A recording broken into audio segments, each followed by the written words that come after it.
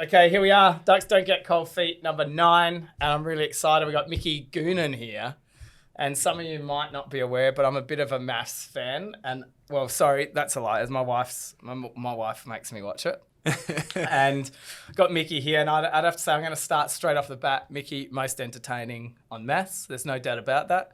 And when I watch that show and see how much you stir the pot, really made, I actually saw a lot of myself in that. And I was so excited from it. So welcome to Adelaide, back to Adelaide. Back home. Thank you for having me, JP. I must admit, I could see you're a bit of a pot stirrer myself when a famous picture came across in my feed with their finger staring straight at me, eh?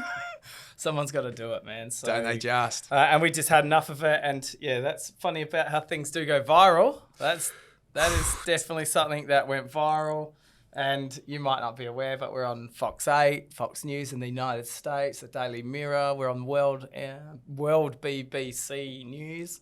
Fantastic. Interesting crowd to that one. But we are here today in Adelaide, and we're in, what are we in May? We're in May 2020, COVID, probably week 5 for us really here in Australia. Yep. And obviously dramatically been affected and for a positive way in us in the supermarket game. You're slinging ice out there. Yeah, I can only assume it's been tough. It has. Don't get me wrong. It's definitely tough. You really got kissed on the end, didn't you? With in the supermarket game with this happening. But we won't say it's your fault. But it's got to be good times for some, I guess. But yeah, it is hard out there. I think the economy's struggling big time in general. And we sell like lots of products in the store, and we've been trading really well. But when you look at ice, you think of going away, you think of having beers on ice where you're having plenty of people around for parties.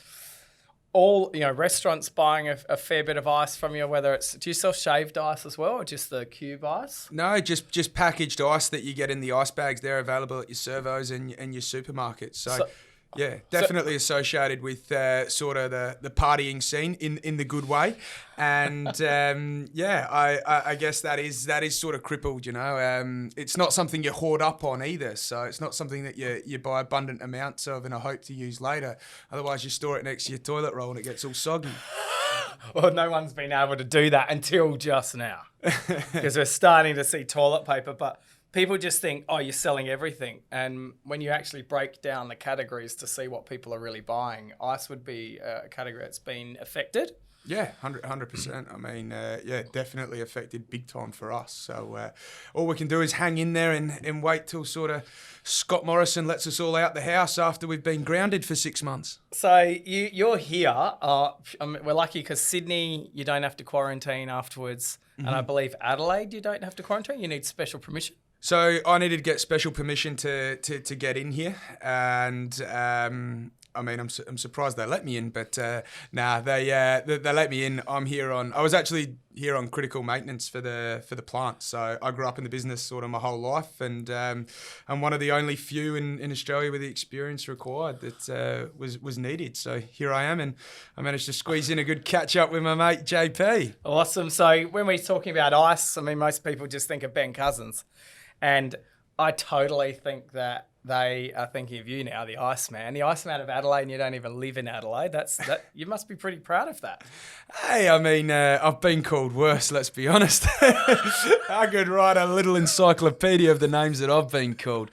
But Ice King isn't too bad, I guess. But I'm a pretty modest guy at heart, I wouldn't say I was the king of anything, So coming back to Adelaide, and obviously you've worked up in the ice business your whole life. Would that be fair to say? Yep. So I did my time. Similar to yourself, I moved away from my roots here in Adelaide. I lived in the Northern Territory, which was a good spot, I must admit. They know how it goes on in the Northern Territory. It's God's country, but it is wild. It's the wild north up there. I lived there for 6 years, so and was running an operation there when I branched out onto my own. So how old were you when you were up in Darwin? My wife's sisters lives in Darwin, and they know how to make the most of it. Yeah, no, I was 20 when I moved up there. So and that was just before the big gas expansion hit Darwin. So I guess there's a lot out there that your daddy's boy, you got all family money. That wasn't the case. I did get quite lucky in Darwin when we went up there. There was a population boom, and the working sort of the workers there just expanded dramatically, and because it's so bloody hot up there, and with such a population influx, and a lot of money going around the economy, they were partying and they were buying ice, and so I got a bit of luck along the way, in definitely those couple of years to where I started off. That was a big sort of leg up, if you like. So basically, we were the same. We've both been with very successful parents. That you've come into an industry which, like with my industry in retail, Dad casts a major shadow over South Australia in regards to how well he's done and how much of a great guy he is, and it's really hard to get your own foot in the door. When I went to Queensland, that was the first time I really got a chance to, hey, this is the way that I see how I can run the business, how it benefits the business as well. Is that what you experienced? Correct. I can see it exactly the same. It's annoying, even though you look up to your parents and you're so grateful for what they've done and the leg up you have gotten, those opportunities you've got.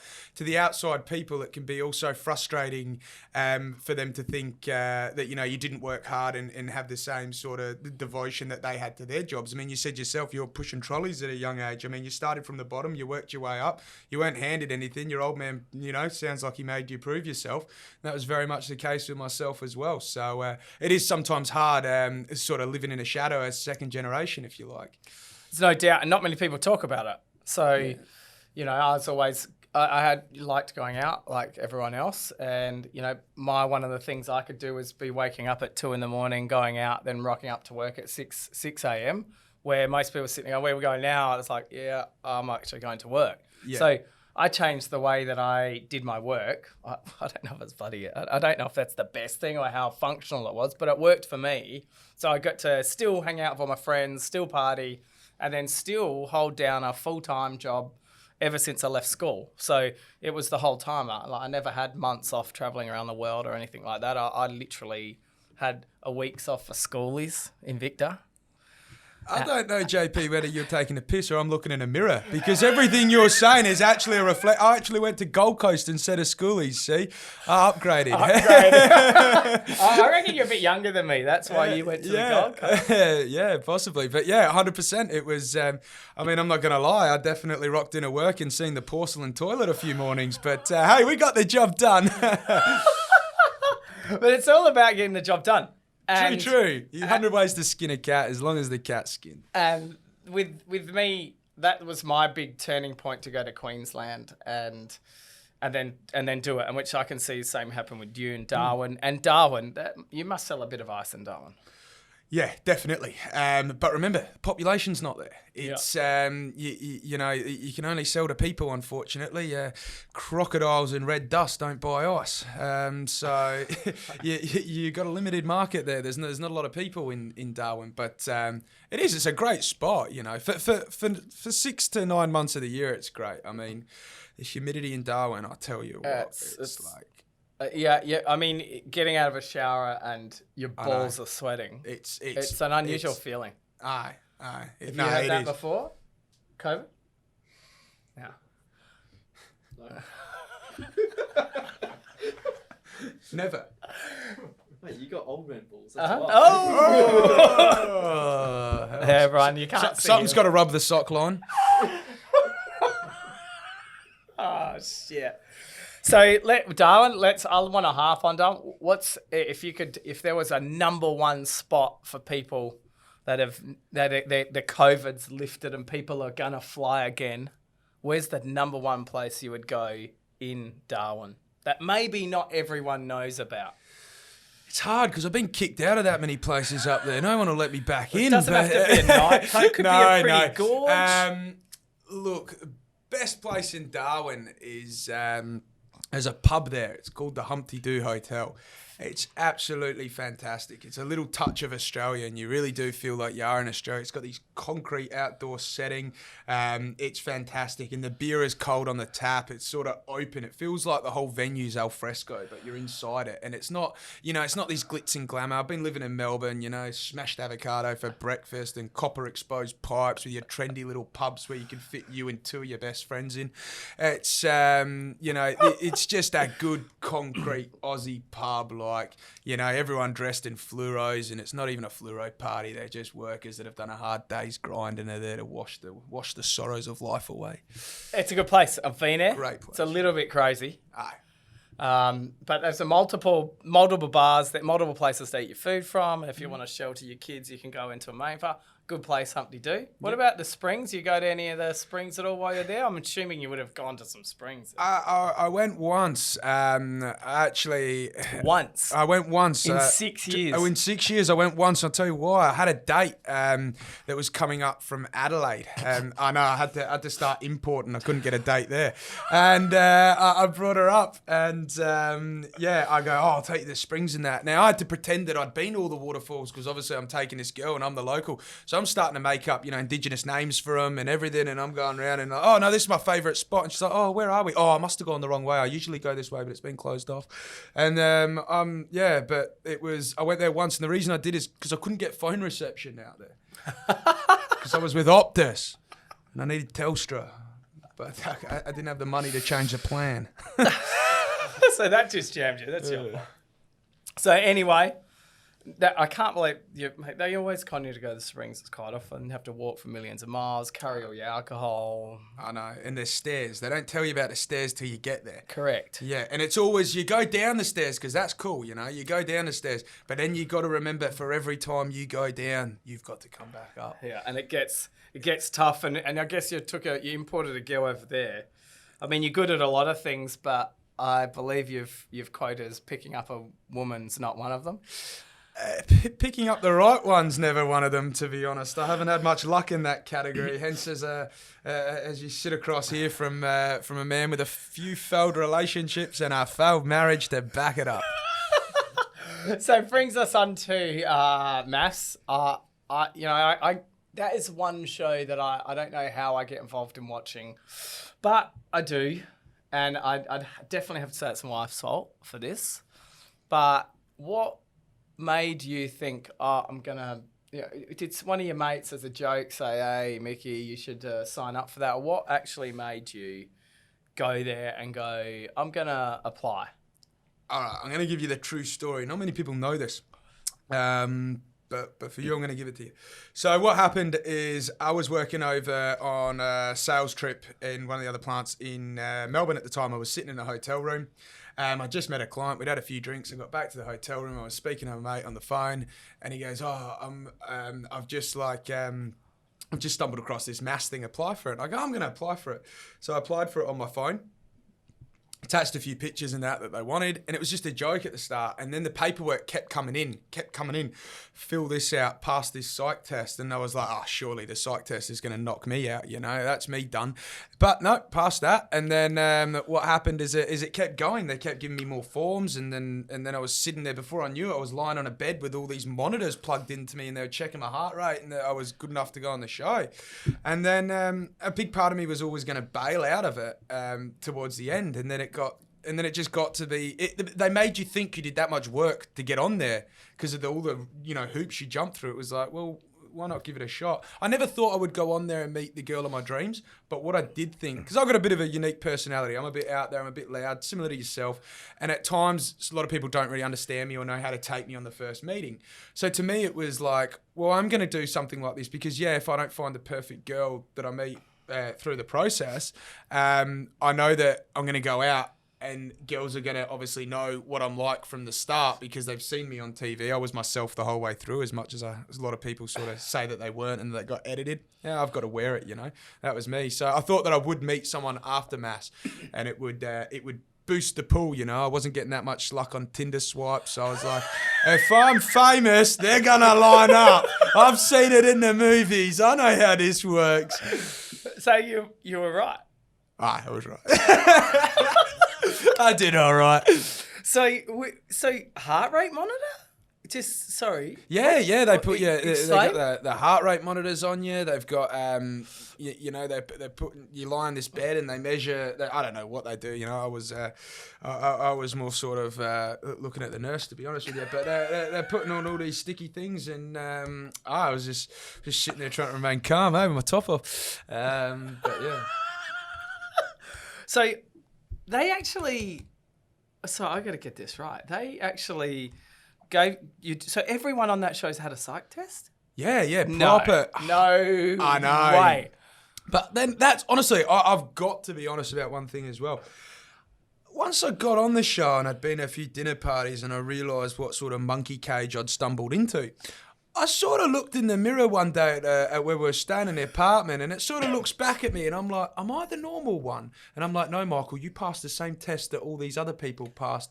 You're just as messed up. And that took probably about 2 minutes to get through my head before I sort of got over it and go, oh, well, that's life. But it was pretty confronting to know that you're on the same scale as these people to get picked. So, I mean, I can't say that. Obviously, I'm with a beautiful girl from the show now, Casey.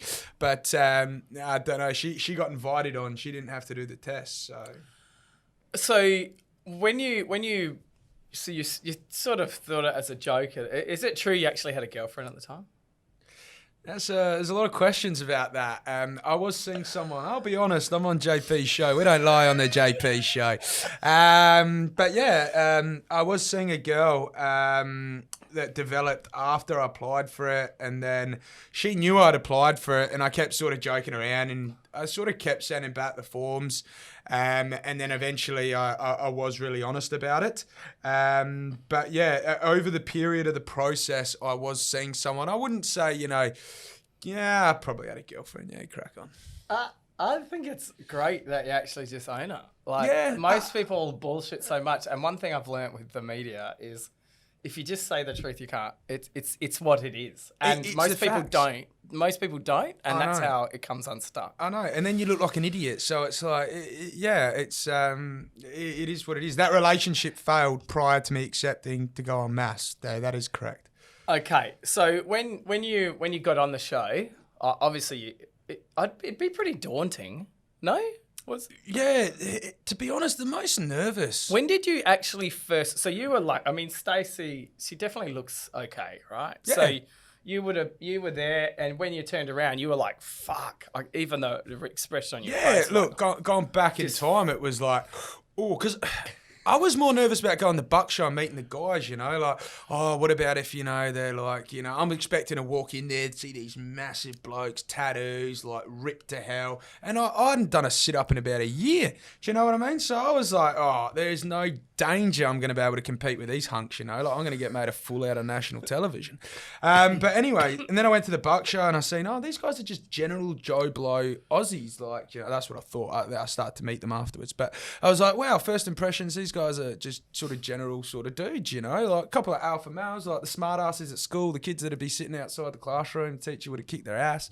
But then I turned and then when so I was more nervous about the Buck show, but then come wedding day, I wasn't nervous because I was like, I think I can generally hold quite a good conversation, and I believe myself to be quite a likable person when you quite meet them. I'm not, aggressive or rude or I'm cheeky but I don't really do that in first impressions, So I wasn't worried about that. But then I sort of turned around and I seen her, I was like, wow, I really should have signed up for a couple of 45 classes before this. How am I going to pull this one off? Where's the roofies? And away we went. The rest is TV history. So, paired up with Stacey, and off the bat, quite attractive to look at, and you were genuine. Was that the first time you had seen her?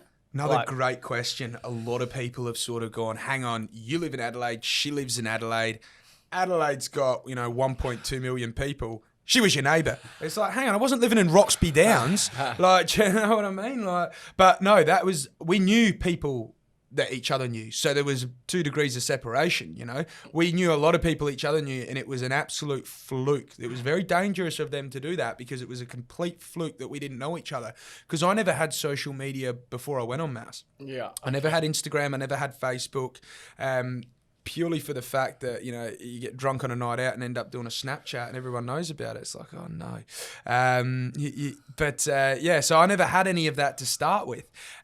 So they couldn't even sort of go through and look to see if we knew each other, you know. So it was quite dangerous for them to pick someone from the same state. But correct, I never laid eyes on her until that moment. Because it's weird when you see someone on TV and you're like, oh, Adelaide. And, you know, out of your group of 10 friends, someone will know. Yeah, 100%. And it's the same with you. Yeah. But what area in Adelaide did you live? So I grew up in West Lakes. Whoa. I then moved... West Lakes. I then established... first bought a house when I was 18 in West Richmond. Cheap house right on the end of the runway, mind you. And then... Yeah, sold that, moved to Darwin, and then I came back and was fortunate enough to land myself in the affluent suburb of Tennyson. Tennyson, my best man at weddings, parents live in Tennyson there. Gorgeous spot, yeah. Tennyson Heights Court there. Yep. Yeah, I've got some really good times of that, some that I can't talk about. But oh, it's just me that's got to open up, eh? I'll see how this is, eh? So we got Stacey. You guys, you had a couple of scenes on the show where, which I found extremely fascinating. Was I think you've been together like a week, maybe 2 weeks, and then next minute you've got to go out. Like, all the guys on that show really made me look like an angel. I'm just saying. But you said you had to go out, hadn't seen your mates for so long. Was it a week? Was it 2 weeks? Do you know what I'm talking about? Because I can't remember it exactly. Yeah. This is hard to answer because there was 2 occasions that occurred on the show that were filmed. So the first one was a honeymoon. We just got married. So shooting is quite lengthy. You're shooting on the honeymoon. They're getting you all the time. They're following you. It's quite... I'm not going to say it's hard work because, let's be honest, we've done hard work. Yeah. Everyone out there has done hard work. It's a piece of piss. They're paying me to follow me around and take pictures of me on holiday at some 5-star resort. Crack on for that for a job. But, yeah, it got annoying to the point where I stand here, repeat this, do this. So it was like, I just feel like going out and having a few drinks, you know. So Stacey doesn't drink. So Stacey's not a big drinker at all. One wine, bedtime, 9 o'clock, you know? Destined to fail. So I was like, yeah, no worries. I wouldn't mind going out and just sort of, I'm on holiday, really. I looked at it like, yeah, I'm on my honeymoon. Don't worry about that. But I'm on holiday. I was still on holiday mode. Honeymoon, both start. Have a few. Exactly. Close enough. So then, went out for a few drinks, and then she goes, it was like 11 o'clock, and she's like, we didn't have to film in the morning. And I was like, this is like a day off. What do you do on a day off when you don't get many days off and you work all the time? Get on the bevy. Yeah. So I was like, yeah, no worries. And then she's like, I'm going back. And I'm like, oh, well, I'll meet you there then. She's like, oh my God, you made me walk back by myself. Champ, it's literally 20 meters in the cabins on a private 5-star resort. What do you think's going to happen? You're not even going near the water. Do you know what I mean? And I was like, yeah. So she made a big deal about that. But anyway, went back and then she just did the ignoring thing. So I was like, oh, great. I hate getting ignored. Don't know about you, but I can't stand it. I'd just rather have the fight, get it over with, move on, apologise and go forth. So then I ended up woke up in the morning. I was pretty hungover, mind you. And I ended up going for a run around the island and you'll see the clip where it's like, do you think I wanted to go for a run? I was about to throw up all over Fiji. So I sort of gave her a space and then I came back and it made it worse. So that was pretty intense. And then but then you're cooped up in a room with this person and you're expected to do nothing but hang out with this person the whole time. You know, yeah, okay, it's your wife, but a lot of people can relate probably in this corona crisis. Sometimes you just want to go away and go for a walk, make up an excuse to go get a takeaway coffee. So to me, it was like, we will hang out all the time. And it was like, she was going to get her hair done. And I go, I don't really want to sit here and look at the 4 walls anymore. I'm gonna, try my luck at the casino. And look, in my defense, I was up. I was $800 up. One thing led to another. Exactly. You don't leave when you're on a heater. Everyone knows that. And Yeah, I think I came back with a pretty good case, but she wasn't buying it. So that made it on a TV. Because every argument we had, it had to be like, it felt like a stage where a lot of people do this in the experiment, which you don't see, is they'll argue with their partners, but then it's like a competition. You and your partner see who can make each other look worse in front of the crew and the TV and to portray yourself as the good person. Where I owned it every time. I was like, sorry, probably shouldn't have done that, but oh well, it's over now. And then it was just me making it up to her for the next 3 episodes. So what is the schedule look like? Because I'm assuming a lot of people that listen to this might not know for me. So it seems like there was like 4 days like solid, and then it seemed like there was a couple of days free because some couples, they went back to their kids or something? Or Yep. What was the schedule from Monday to Sunday? Yep. So the schedule Monday to Friday was filming. You'd film when you were on the honeymoon. You'd film every day. You'd film for about 10 hours. Then when you're at the dinner parties, which were on a Tuesday, and then the Wednesday was the commitment ceremony. So those dinner parties would go into early hours of the morning unless you sort of got the wooden spoon out and finished it up early so you could go home and hit Macca's on the way, drive through on the way back. But yeah, that's how they went. And then the commitment ceremonies were the worst. So if you look at me at the commitment ceremonies, it's like I'm half falling asleep half the time. We just had a big night at the dinner party and then you're at the commitment ceremony. And I wake up regardless, I'll wake up at 6 a.m. Yeah. Doesn't matter if I go to bed at 3 a.m, I'm waking up at 6 a.m. So I was always knackered come the time of the commitment ceremony, and it's sitting there and you got to listen to all these people bang on about their problems. And I'm like, I've got enough of my own problems. I don't need to listen to yours. Like, can't we just have single sessions on the couch? Like, get that John to sort your life out first, you know what I mean? And then, so it sort of dragged on a bit. Oh, damn. That's so if we that's just so funny. Just one thing is what school did you go to in Adelaide? So I went. This is like I went does to. anyone know this? Yeah, no one's really asked this, to be honest with you. Obviously, purely for the fact that they probably don't want to send their kids there because the education can't have been that good. Sorry, Kevin Richardson, principal of Emmanuel College. I see you went to school with that's Leighton Hewitt, yeah. Yeah. I used to thrash him at tennis. Yeah. Well, bullshit. So, yeah, when he was in year 1 and you're in year 12. No, he's a good bit older. He's a good bit older than me. So, so if the filming schedule is like that, you have your dinners. So the dinner. So for people that don't know, you pretty much have a dinner where all the couples get invited and everyone hears about everyone's dramas. It's not so much an invitation; it's more of an obligation. Because a few times I was willing to stay at home with Uber, but no. But you're not allowed. So I'm assuming they're things that they say that you have to do. And when I watch it, and I like editing and stuff like that. I'm no professional at that, and I'll look at the COVID here, and you can see how they look at it a bit different. When I watch that show, like you can see how things have been set and said and how the edits come out. Mm-hmm. Have you had a chance to watch any of yourself on the show? Yeah. So I watched myself at the same time as everyone else watched it. Some episodes, I'll be honest, I missed some, and then you sort of go, oh, I wonder how I got portrayed, because it can be quite nerve-wracking. But a lot of people, and mark my words, and I probably have the most reason to blame the edits and say, oh, they did that to me on purpose, and they made me look like that, and they made me look nasty, and, you know, I was, well, according to everyone, I was the villain, you know.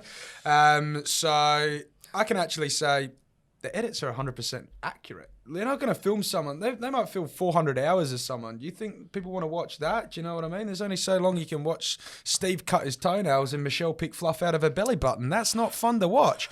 So they're going to cut it up. Do you know what I mean? So they're going to cut it up. And it's true. The edits are true. They tell the story. It's easier for them to edit it with the story.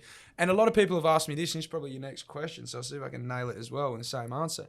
A lot of people go, did you get paid extra, or were you baited to do what you did on MASH by the producers and cause conflict at the dinner parties?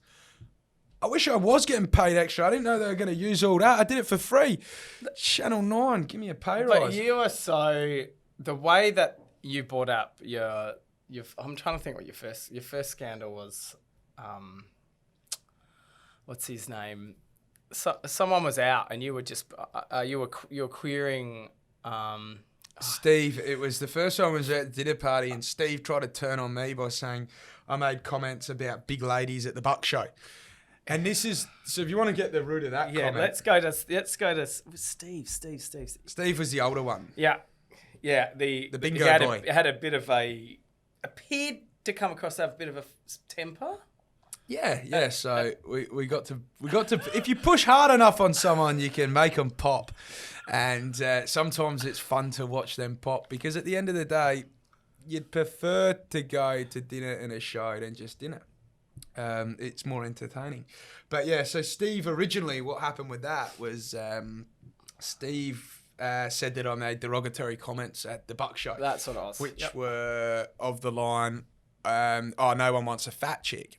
I never said that. What I did say is I go, do not sit here and treat my ears like garbage cans and tell me that, oh, it doesn't matter, you know, if she's beautiful. It doesn't matter if she's good looking. Looks don't matter. It's all about personality. Bullshit. No, we are red-blooded mammals, males and females. Of course, you need to be physically attracted to someone before you're going to open up and hear their personality. Do you know what I mean? Yes, 100%. Personality is everything. But at the end of the day, you need to be attracted to them or you won't go anywhere. No doubt. Hence what happened with Steve. I mean, he was in, you know, with Michelle for 3 months and he didn't even really give her the pity pump, you know? He didn't even kiss her. Nah. He didn't even. They slept in the same bed. They may as well slept head to toe. Do you know what I mean? It was embarrassing. I was like, because one time I actually said at the dinner party, and you didn't see this, because I'm like, Steve, just kiss her. And he's like, what? I'm like, Michelle, would you let Steve just pash you now? And she's like, yeah. And I'm like, just pash him. I'm like, mate. And then I go, because I go, have you ever had a one night stand? And Steve goes, yes, I've had a one night stand. I go, well, you come in here saying that you love this girl and she means so much to you. Just kiss her. Just kiss her now. Who cares? Just kiss her. I'm not going to be pressured into this. And I'm like, kiss her. But, yeah, I started getting to spin the bottle happening on the table, you know. Let's spice this thing up. Treat my ears like garbage cans. Just fucking kiss her, Steve. It was fucking weird. It was weird. Like, you know, when was the last time you've slept in a bed with a girl and not kissed her? Honestly, I can't even sleep in the bed with my mum anymore. Fuck. Way too much information, fuck's sake. I don't know. I honestly, I don't think it happens. No, it doesn't. I mean? It doesn't. And yeah, or at least try kiss him. You know what I mean? Do is that somewhere on the show? Like, and I will talk about that editing because there's Is that where they've said, look, you got to keep going on the show? Because the rule is if one says yes, I'm leaving, and one says no, you're staying, right? Yeah.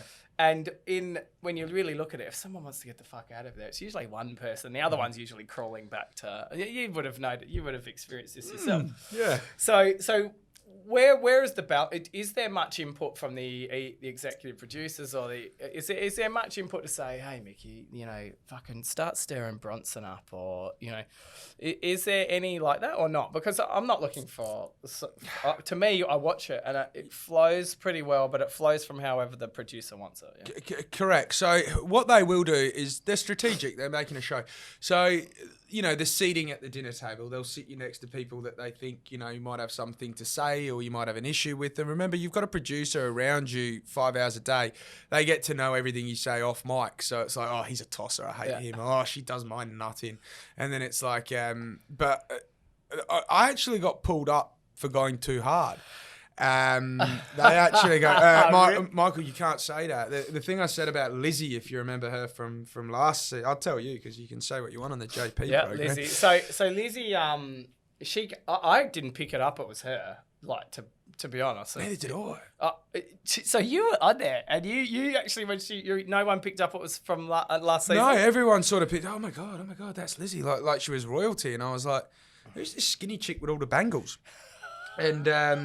And because I was sitting there and she was like really in your business. So I was sitting there at a dinner table and they cut this out, you know. I think they had to show her story was natural love and things like that. So they didn't get her, you know, ever doing anything stupid or saying anything stupid. But I was sitting at the table and she walks over. Hey, you're right. Yeah. You're right. She wasn't played out of context at all. No, it was very much she gets a second chance, the show works, things like that. Yeah. I felt like that was the way because... Look, she wasn't really involved in much conflict apart from beating the girls' night. But she says she's very controversial. But I don't know. She was at the boys' gate when it came to that with me. I mean, we were sort of sitting there, and she come over, and you know, she was cling, cling, ching, ching, tang, tang, with all the bangles and the jewellery. I thought she just robbed the diva store. Do you know what I mean? I'm staring at her, and she's trying to talk, and she's got these big gypsy nails, and she's looking at the wine glass, and I'm like, gosh, is that a crystal ball? Is she going to tell me what I'm having for breakfast tomorrow?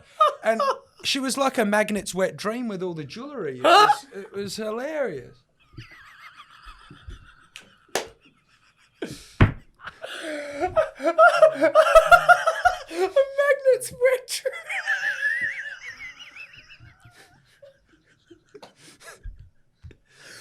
Oh, fuck yeah, that is. We didn't see eye to eye. That is a good one. All right, magnet's wet dream. Holy shit. Okay, so moving in. So you spend a lot of time with your partner, your wife.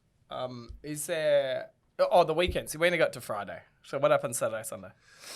Saturday and Sunday, you just have to tune into Monday to find out all the bad stuff that I'm getting in trouble for on the weekend, because that just seemed to be what our Monday was all about. Yeah. So other couples, you know, they'd have their 2-hour filming thing, and they'd, you know, make Cocoa Pops and spill the milk and just normal shit that people do. Did you come up with the dates? Yep. So we had an input in the dates. So my date was meant to be this big flash fancy thing for Stacey. And to be honest with you, she sort of pissed me off the day before. And I was like, nah, do you know what? Let's make this date crap.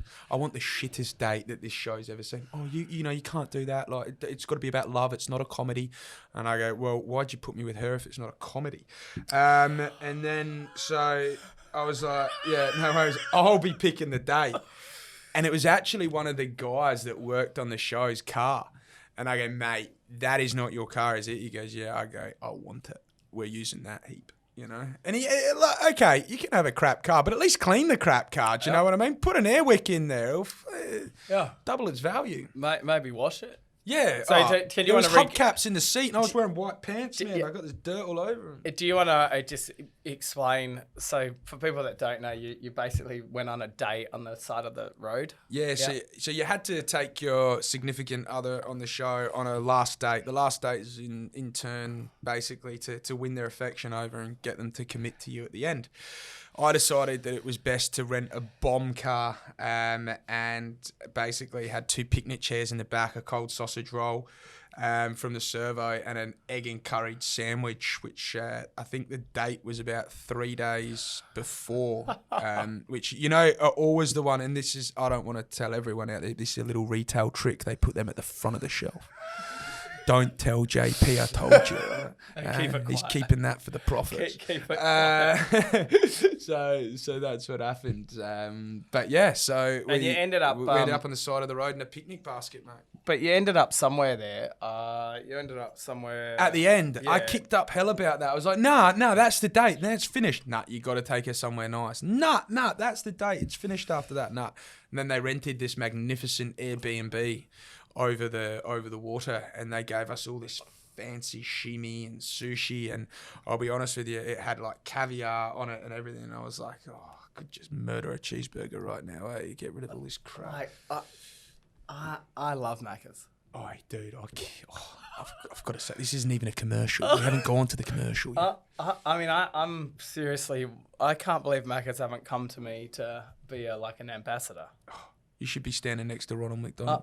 Yeah, I some mornings when I put the makeup on, I could be like that kangaroo's guy. Yeah. Stop it. So we go into your final date, and I'm going to talk about shopping because I guess that's how I really know you, right? So yeah, soft show. If so, you look at it, you get there. At what stage did you think? All right. I'm not going to... Okay, you had some partying. Fuck, I almost forgot this. So you get to a stage. What stage do you think might not work with Stacey? Probably when I found out she cheated on me. That was a sort of, oh, hang on a minute, this might not work. That was sort of the big moment there. It was like, could I handle sharing my partner? No. But hang on. What happened with the other chick? No, hang on, and you can't. I'm not gonna press you on it. But if I remember something did or didn't, let's say something did or didn't. Two rights don't make a wrong. Next. But But moving forward, if Stacey had owned up to it, That's the difference. okay. Now that's what I wanted to. Here get, we go. because- Here's the difference. Yeah. Because to me, you can sit there and you can say whatever you want, and your actions. For me, I'm 100% responsible for my actions. I 100% agree. Right. I do agree with that. Right. So I have to suck it up, no matter what. Right. I can't sit there. Oh yeah, I was drunk. I can't. But when the tides were turned, right? And did you have no idea? What was the name of that little smug guy? What was his name? Mikey. Yeah. So with Mikey, did you have no idea that situation occurred? No, I had no idea. So when did you know? On the I show, found out when Natasha clinged the glass. that was it. That was me finding out. Fuck. So you would have been in a bit of shell shock, and then you would have had to try to process what had happened. I'm quick. I processed it like that, and I had a split decision. I can bury this girl and absolutely go to town on her and make her look like a complete fool, and I can sort of get hugged up. Alternatively, this is a mother of 2 kids. I know what happens. Everyone knows what happens when you get deemed a cheater in national television. It's not good. She's got to drop those kids off at school. That wasn't my intention to humiliate her or her family. And if it wasn't for those 2 boys, I probably would have sort of gone to town on it. But it was like, do you know what? It's done. I can't change the past. I knew in my head right there I didn't want to be with her anymore. And I knew that because it was a reunion, it wasn't a dinner party. To me, I was bringing my relationship back to that reunion. The show was over. The experiment was over. Therefore, it was up to me when I decided to end that relationship. And I decided to end it amicably and off camera because it was a real relationship for me. So I decided to end it amicably and off camera. And that's what I did. I said, look, it's too much doubt. I can't be a part in this. I'm out. And I knew she had done it. And I mean, it's obvious. She's obviously done it. Mikey's got a lie detector test, for God's sakes. Like, the guy's not lying. And she's saying that she can't get a lie detector test because COVID-19, she can't get herself to Sydney. Well, you managed to get yourself to Melbourne every second weekend. Work that one out, love. So for me, I thought you handled it amazing. Yeah, I think I handled it with respect. And when you looked at it, you definitely didn't throw any under the bus. And I wasn't sure if that's the first time you'd heard about it, as a watcher. Mm-hmm. It's like, is that the first time he's heard about it? I reckon that is the first time he's heard about it, but had no idea. Yeah. So then you just play not play the game, but you made a decision to go, okay, because you 2 backed each other more than any other couple on the show. Mm-hmm. Yeah. And whether you're right or wrong, it's irrelevant. It's about backing your partner, right? Correct. I do agree. Yeah. And but it's about your partner having respect for you as well. There was never an apology made. There was never anything made. I can handle the truth. What I can't handle is the consistent lies. We walked away and I said, look, do you want to give us a hug? This is the end of the road for us, but it was a journey. We shared it together. You do spend a lot of time and get feelings for someone like that, and it was a genuine relationship. And I said, let's have a hug. I don't need to hug you. I was just like, all right, and that's the last we spoke. Really? Yeah. No shit. I remained amicable the whole way through. It was like, what's done is done. I'm almost surprised, but maybe I'm not. So you've got some So if you look at that, okay, so you have your dinner parties. Is that the only time you get to see the other contestants? Or no? You see them in the elevators, other experimentees, other lab rats. You see your other lab rats in the elevators on the around the place. You see them down in the lobby. You bump into them on the streets. Producers are all around. Remember, there's probably 90 producers on that show. So, they split you up every time they see you. And move it. You're not allowed to talk to each other. It's frowned upon. Do you know what I mean? But you've also got social, you text each other, and people text each other and talk on WhatsApp groups and that we had, and people chatted. So show's finished. What is it? 3 months ago? 4 months ago? Yeah, January. So. Yeah. So who do you speak to, if anyone? Do you speak to? I speak to my new girlfriend, Casey, pretty regularly. That's a good sign. Yeah, it's a good sign. Said so calmly and casually. I loved it.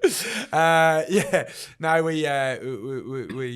getting along really well actually. And I speak to Ivanovic now, so he's all right. But He's funny, dude. He's just real. He's another guy that just doesn't take shit. Has his dates, mate. The Queen Street Custom boys, Moe Junior. Hi boys, like fucking hell, like that's a great way to introduce your business. That's got no.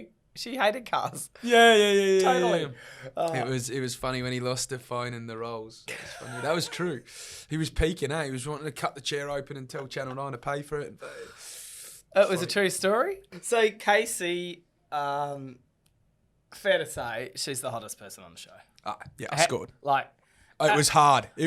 I'm not giving away all my secrets. Well, I hope it was, and I'm sure she does as well.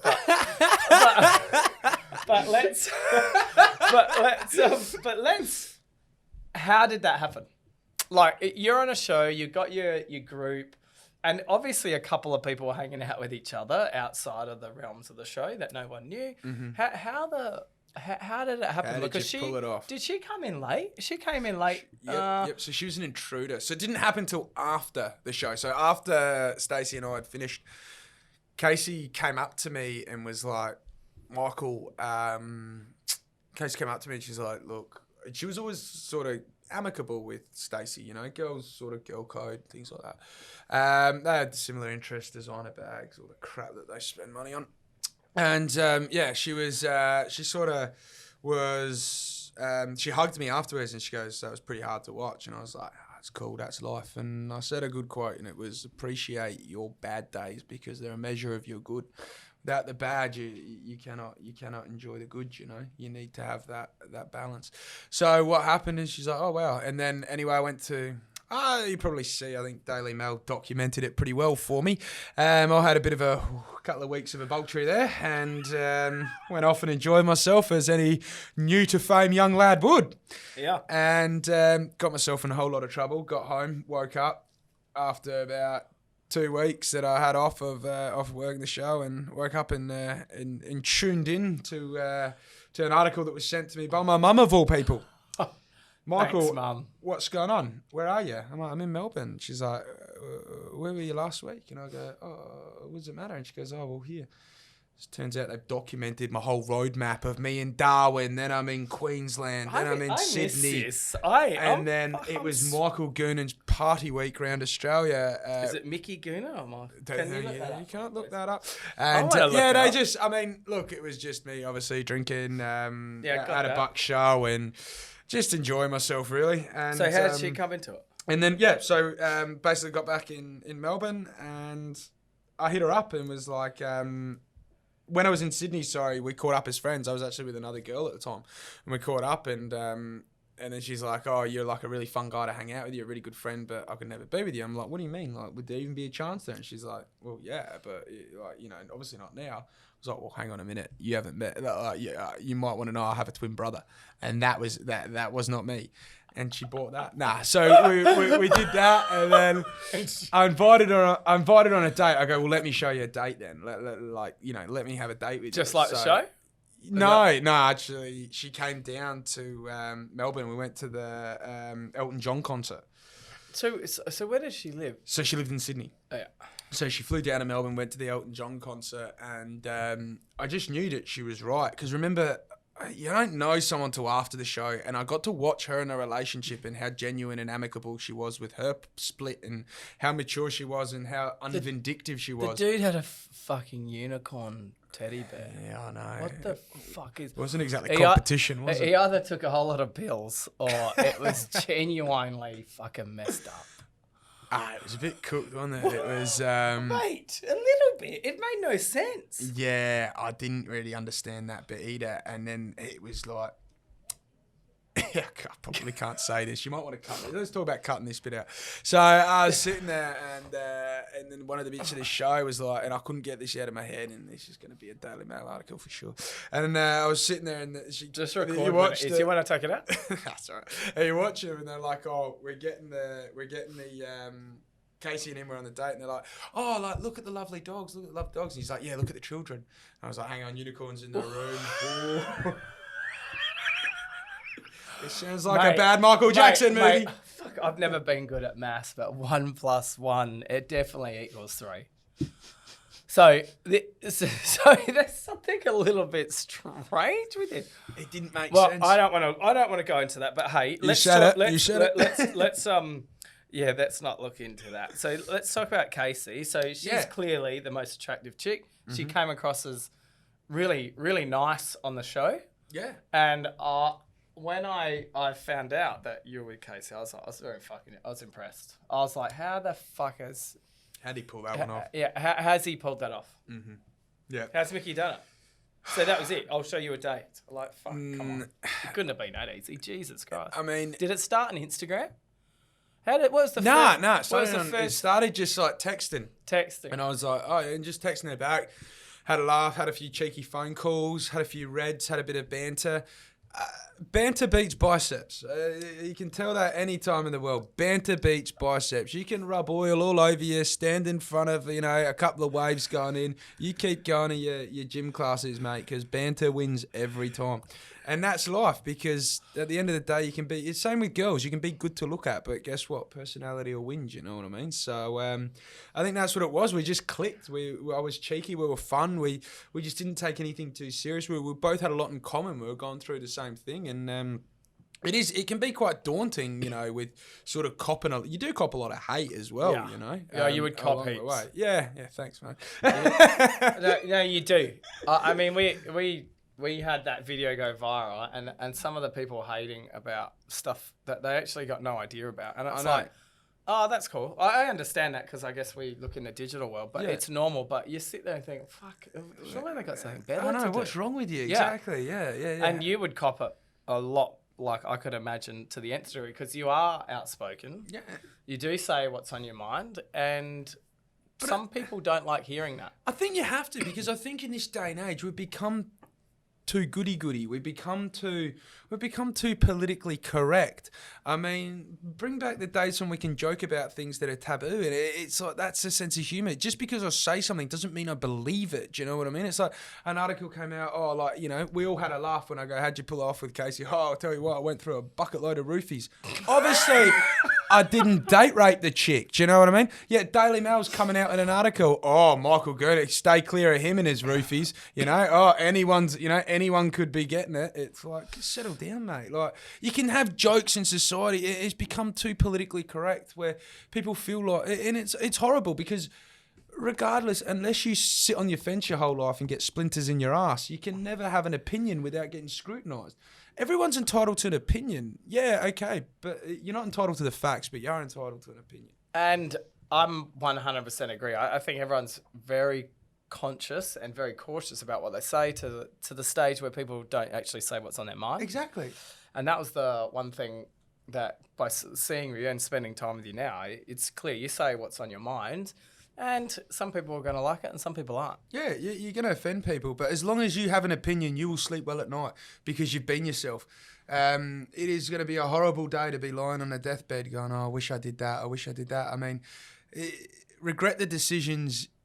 I'd rather regret the decisions I made than the decisions I never took, than the actions I never took. They'll say the worst thing to do if you're older is to regret things that you haven't done. Exactly. And that was the maths one as well. I mean, I'm going to ask you a question. You say to Roger, obviously you and your partner, you've split up, whatnot. Roger, I'm going on maths. What do you think? He's not going to let you. Do you know what I mean? He's going to be like, no, you're not. You're going to embarrass that family. You're not going near that TV show. It is disgusting.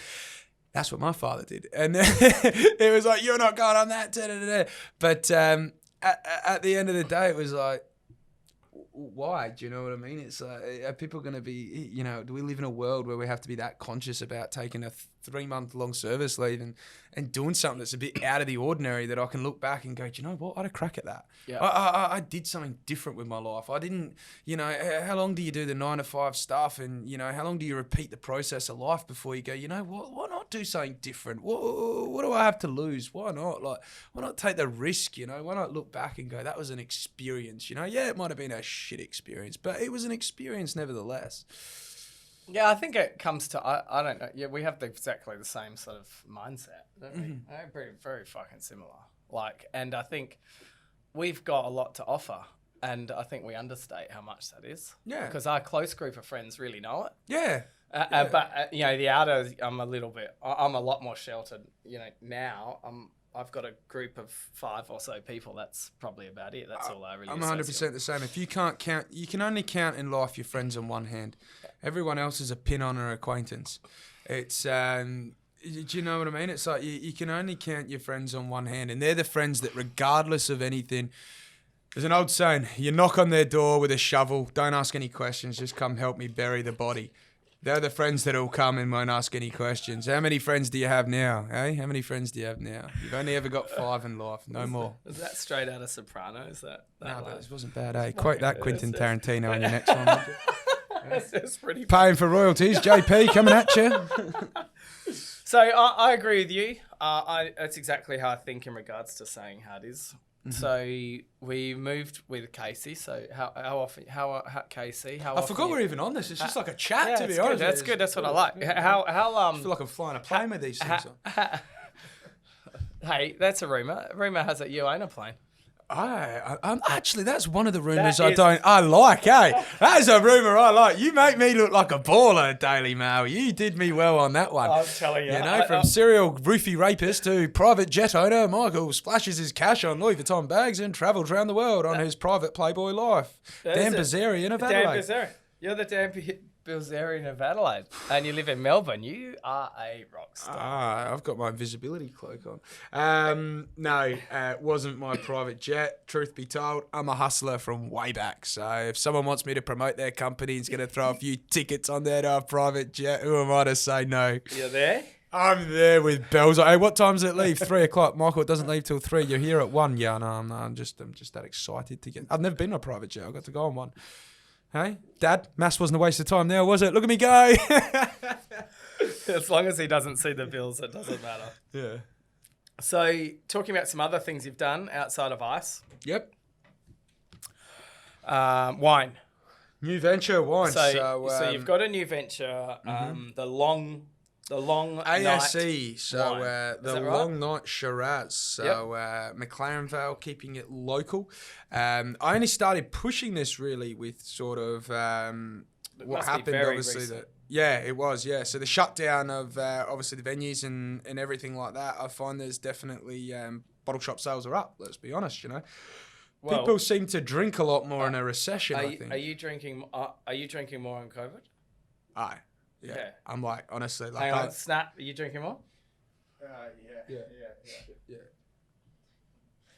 Everyone is. I know, because there's nothing else to do. You know that little fish, the stripy one, Nemo? I make him look, honestly, innocent. I'm drinking that much. It's like, there's nothing else to do. You sit there and you look at your partner and you're like, Monopoly? Yeah. Uno? Yeah. Bottle of wine? Yeah. Go on, open it up.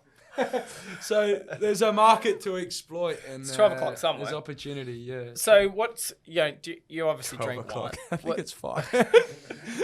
JP, I like you a lot. We're gonna be friends. Hey, I'll drop one off. I'll add you to the 5. I'll make the most of the day. That's for sure. So, wine. Do you you don't strike me as a full wine drinker. Are you like your Scotch or?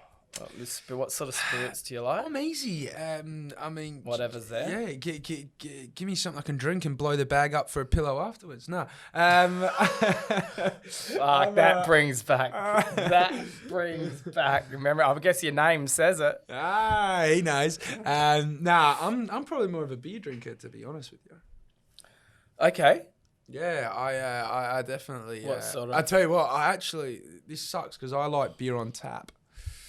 Well, you don't get to. You don't get Coopers that. over there. That's what you're probably talking about. No, I don't mind Coopers. I do like Coopers, but or some of the smaller breweries. No, it's obviously nothing's open now, so there's you can't get it on tap. Don't you have mates with on tap at their house? No. Remember that? Remember I was talking about the 5 friends thing, and you were becoming one of them, eh? Wrap this up, will you? So the wine, what's your affiliation with this wine? Affiliation with the wine is it was something that I wanted to branch out. Something I wanted to do different. I always looked at the wine market like I looked at it and I compared it to paintings, and it was like, what makes something worth so much money as a painting? Do you know what I mean? Like, you get a painting worth $70 million, The Scream or whatnot, and it was like, wine is the most pretentious product I could possibly think of, with the biggest snobs in the planet. And you grab half these snobs and you pour them 6 bottles and you ask them, oh, which one's the Penfolds Grange? Guess what? They're picking the cheap every time. So to me, it was, I'm going to pick something that tastes that good. word out. Because Drake's would never sell cheap shit wine. That's why, you know what I mean? Top shelf stuff here at Drake's, the place. So let's talk about. Do you want a beer? No, I'm right. Why are you driving? No, I'm not. You haven't one. Yeah, we got Coronas, yeah? Yeah, the fruit chocolate. Oh, Fruit Chocks beer. What's that? Yes. I like fruit chocks. Well, it's Brew Chocks by Big Shed Beer Company here in Adelaide, local Adelaide. Yeah. Big Shed Beer Co., the local Adelaide brewer. And they've got a beer that is called Brew Chock. What do you drink? What do you usually drink? Vodka straight. Do you, yeah? Yeah. Yeah, like Belvedere. Huh? No, that's a lie. I've been going. Okay, hang on a minute. Can you tell the difference between Grey Goose, Belvedere, and Absolute if I lined them all up? Oh, definitely. Yeah, Belvedere and Grey Goose pretty close. they're close, but they are different. But I can't believe I've actually forgotten what I drink. I've only been drinking. This is gonna blow you away. That's a good sign. That means it's working. Oh my god! I've only been drinking minimal intervention, low sulfate Pinots. So I thought there's too many wines. Yeah. I'm just gonna focus on this bracket. Yep. Oh my god! Here's the ghost of. She's hiding under an invisibility cloak. Yeah. So here. I've never been sloshed on a podcast. This is an all-time new for me. Hey, grab it. See, I used to have a wedding ring for a reason. Yeah. To open beers. Oh, You're lucky I didn't throw it at you this time. Look at the kid. CV, never short of an old bottle opener, is he? Yeah. So Do you have a this girlfriend, here- CV? So Single? Yes. Do you want the application form for next year? yes, why not? 3 months off, I reckon you guys. All can right, manage that. cheers. It's to So it. this is So a- this is fruit choc. So Brew Wow. Chock, right, Brew from choc. Big Shed. Where's it available? This is Adelaide, right? Adelaide Brewer. These are the local guys, but you got to understand, you know fruit choc, so it's a beer. So you imagine trying to put them together. It's a tough one. No, it's a tough sell, yeah. But that's the thing I love about South Wait Australia. until We you support taste. each other. Well, We're good at it. If we talk about South Australian, We're good at it. I think we it's we important. are good about it. And do you feel like a trader by going to live in Melbourne? I don't feel like a trader because what I'm doing is they've put me in Melbourne to try suck their economy to bring it back to South Australia. That's a good comment. But do you like? I'm an undercover thief. Nah. I used to obviously party in Adelaide, and I used to know everywhere, and now I don't know anywhere. Nah. But I think Adelaide's a great place. I was in Queensland for 10 years. Queensland's beautiful. Let me Yeah. tell you one place. Remember you asked me where I'd rather be in Darwin Mm-hmm. at the Falls. I'll tell you where I'd like to be. The best place in the world. I could see myself retiring here one day with my private jet, which would be the Glasshouse Mountains. Oh yeah, Gorgeous. yeah, it's Isn't nice. it? Yeah, That is it gorgeous. It Where'd is. you live there? I lived in Wynnum in the Bronx. Did you? See, I picked you as a Kangaroo Point man myself. I couldn't afford I it. was Couldn't like, afford it, mate. oh. Holy shit, we I know, looked it's there, and expensive. I was, you come from Adelaide, thinking I'm gonna. How do you think I'm going in Melbourne? Yeah, it's. Literally. Do you know how cold that park bench is? I came back here and I picked up a place like bargain, and I was like, oh gosh, it's like half the price or anything like that. Is that right? Only $6 mil. Yes, right next to car sound. Yeah, no, but you do notice it. I do, loved Kangaroo it Point. is. Couldn't live there. I couldn't. No, I like that. Unless I wanted to live in a shitty old Queenslander, Yeah. I didn't want to do that. Nothing against Queensland on my end, but JP. No, he's not a the big fan. people. Not the people. Not the people. Someone cut that out, would you? Hey, CV, get that off. We're Not the people. The house. not paying you for nothing. But I couldn't afford it. Nah. And people go, "Oh, you're fucking loaded." I'm like, no, my Dad's I done. know. That's a mistake a lot of people make. It's like, do you know how drunk he has to get before I can get in there and steal his black Amex? That's It's a my full-time dad. job in itself. I'm still collecting the coins from the back of the couch when he comes home from the pub. You know, like. Well, for me, it's like that's and people falsely economise that, saying, "Oh, that's you," and it's like, well, my old man left Gillis Plains High in year 9, like that. So him and Theo Maris, they left school, went and started doing double paper rounds, cleaning pools, lighting people's cigarettes. Like you can't get any more cliche than that at the Clovercrest Tavern. Yeah. And I lived in Mulberry in the Bronx, got chased by the skinheads all the time from the bowling alley to get home, to get robbed. And this is normal. And I'm not a fighter or any shit like that, but I can run. They always say, no. In fairness, and I relate to this very well, JP. The biggest man walks away from the fight. You're even bigger if you run. Yeah, well, so I can. Yeah. And then Dad wanted me to go to a school that he never had anything like that. Mm-hmm. And that's why I went to POC, and he never could have thought of that. But even at school, like, Dad he's been doing it. He's put away money his whole life. And people just assume that, it's all yours, but he's put it all back into the business, which gives us the ability to grow. And a lot of people don't see that. They don't understand it, no. And I've worked fucking hard for what I've got. So the people that know me get it. The people that don't know me, they're the ones that they're more dangerous because they actually don't understand. They don't see it. And, they haven't been working 70, 80-hour weeks. Thank you. They don't know what it's like on New Year's Day to wake up with a hangover and they're all sitting there getting, getting McDonald's and you're sitting there at work because that's the busiest day and that's a family business and that's what you're doing. It doesn't matter if you're on $12 an hour. You're there and you're there till the sun goes down. And even as a manager, you're in the trenches. I always call it in the trenches. I will always be the first man over the trench and the last to call it a night. And I think that's important. That's me. Yeah, I think you need to you admire, and you have to work twice as hard when you've got that, reputation of living sort of under that succession, as you really have to fight so hard to change people's perception of you. And those that are within the business and that are close within the business, they'll get it. But guess what? That person that's just got the wet ink on their resume, they ain't going to get it when they come in and they're going to see it, But you constantly feel you're proving yourself. Yeah, 100% I can relate to that. And that's what I have all the time. So the people that know is what's important. But what I've noticed... That is good. It's different, isn't it? It's like a dark ale. Yeah.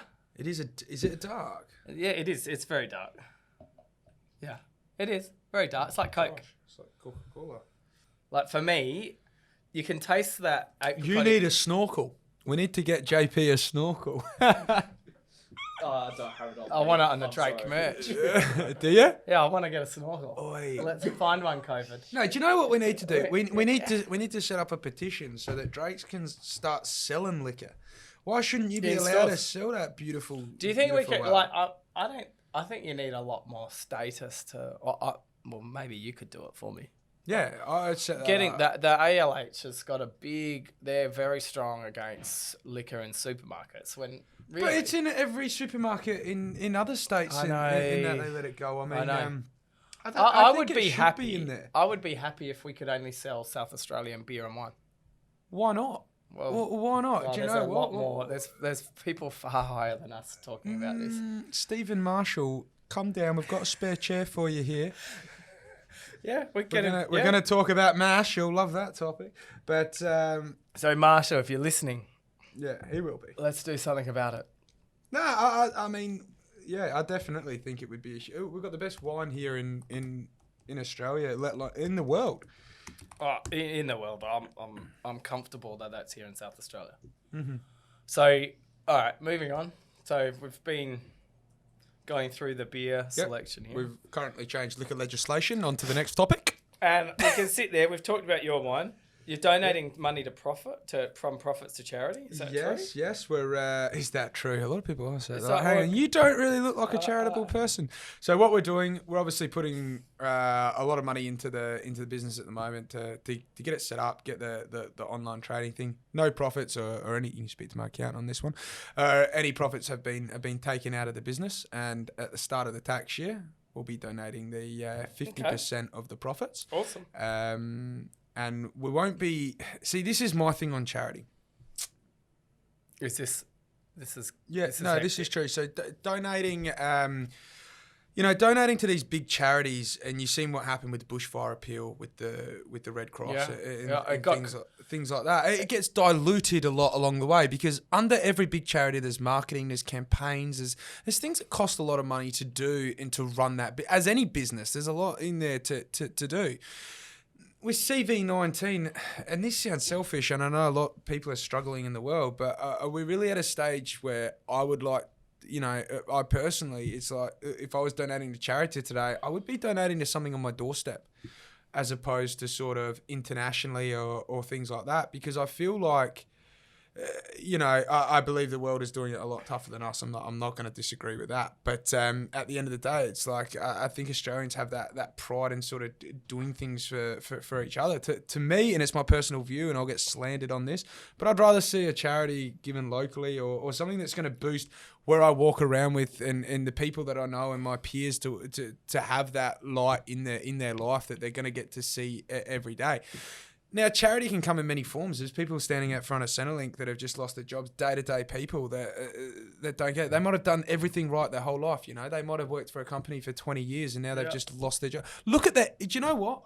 Who I would love to give the money to, and to be honest with you, is I'd love to give it to the Union of Air Flight Workers.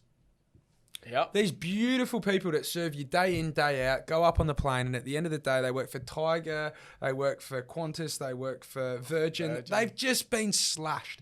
They literally do not have a job to wake up to in the morning, and they put their best foot forward every single day. So it would be a painstaking job. Imagine popping your ears that often. Fuck that.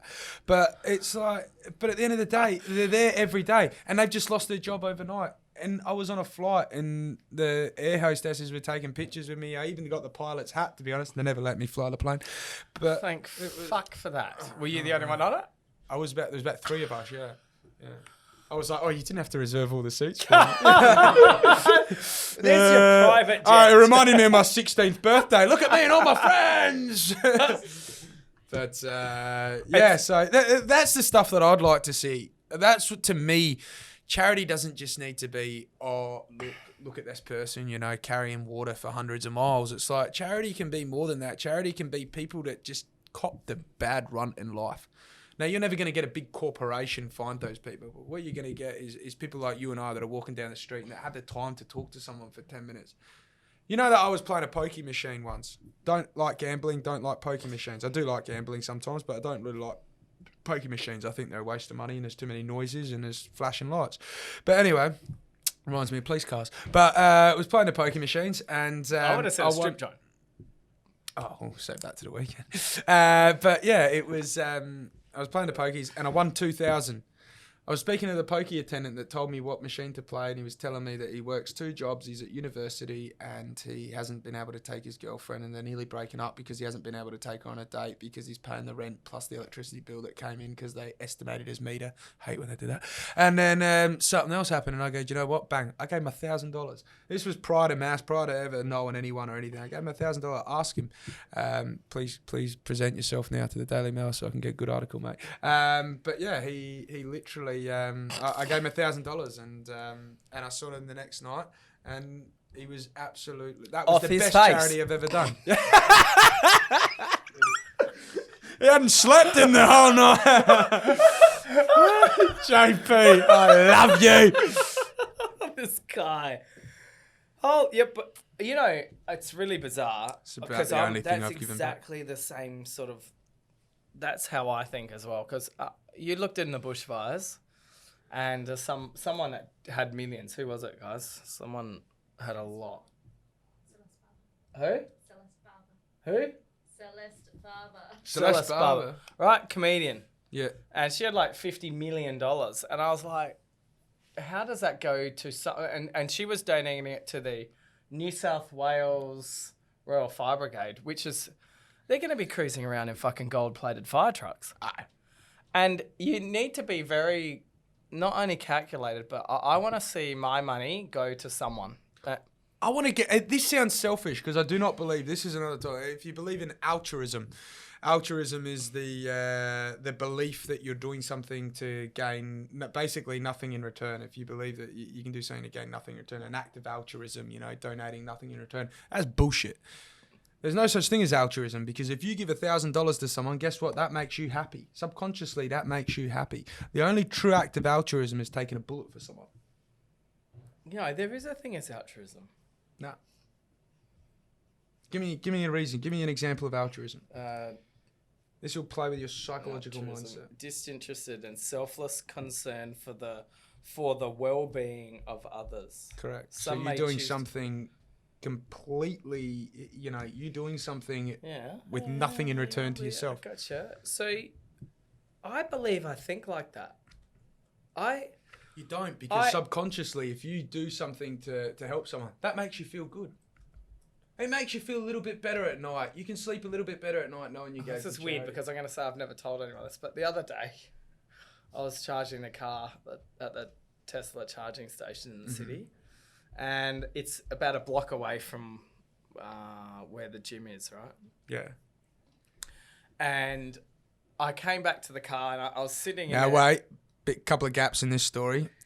Gyms aren't open at the moment. No, but a couple of days ago. I didn't say couple of days. He's just trying to say he's got a six-pack here. I'm seeing something different. Hey, CV, what do you reckon? Whatever it was, and I was sitting in the car and I was waiting. There's a little bit more to get full charge. I don't know. I was just sitting there and I looked over to the left and there's a bunch of people. They were sleeping on the ground. It's like a cafe that they grow. You can sell stuff in, and it's like a community. Like a swap and trade cafe. Like I've seen one of those with books before, like a library cafe. Yeah.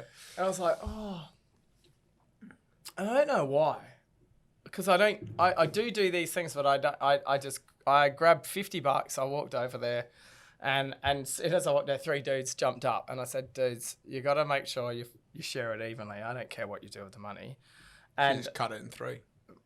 Well, that's what could have happened. But I just gave it to them, and that's it. And I didn't ask for any explanation or something like that. And I don't know why, but I do those sort of things, but I don't think why. You're right, though. But it does feel good when you do them, doesn't it? Yeah, I was like, Thank you. Bang. See? Yeah, I felt good. Felt good. So there's no such thing as altruism. So I'm happy to take it that these guys, like, for me, I was like, I had it. I don't know if it was in my wallet or if it was in my car. And I thought, I did feel good about it. Yeah, actually. It does. I don't.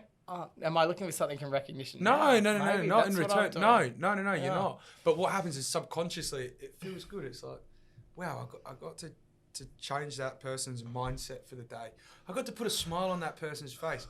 Because I can tell you're doing things like this. You're a fun. You bounce energy. I knew that we'd get along when you was asking what do you want to talk about. I'm like, talk about whatever you want because I can tell we're going to get along. We're going to be able to dribble some shit. We're going to have a laugh. And that's what I thought. Because you give good energy. It's like because I thought they could go get smashed. Well, not really. It's only 50. It could have been. I mean, to be honest, I'm not going to say you're a tight ass, but would have killed you to throw them a greenback. But it was what I had.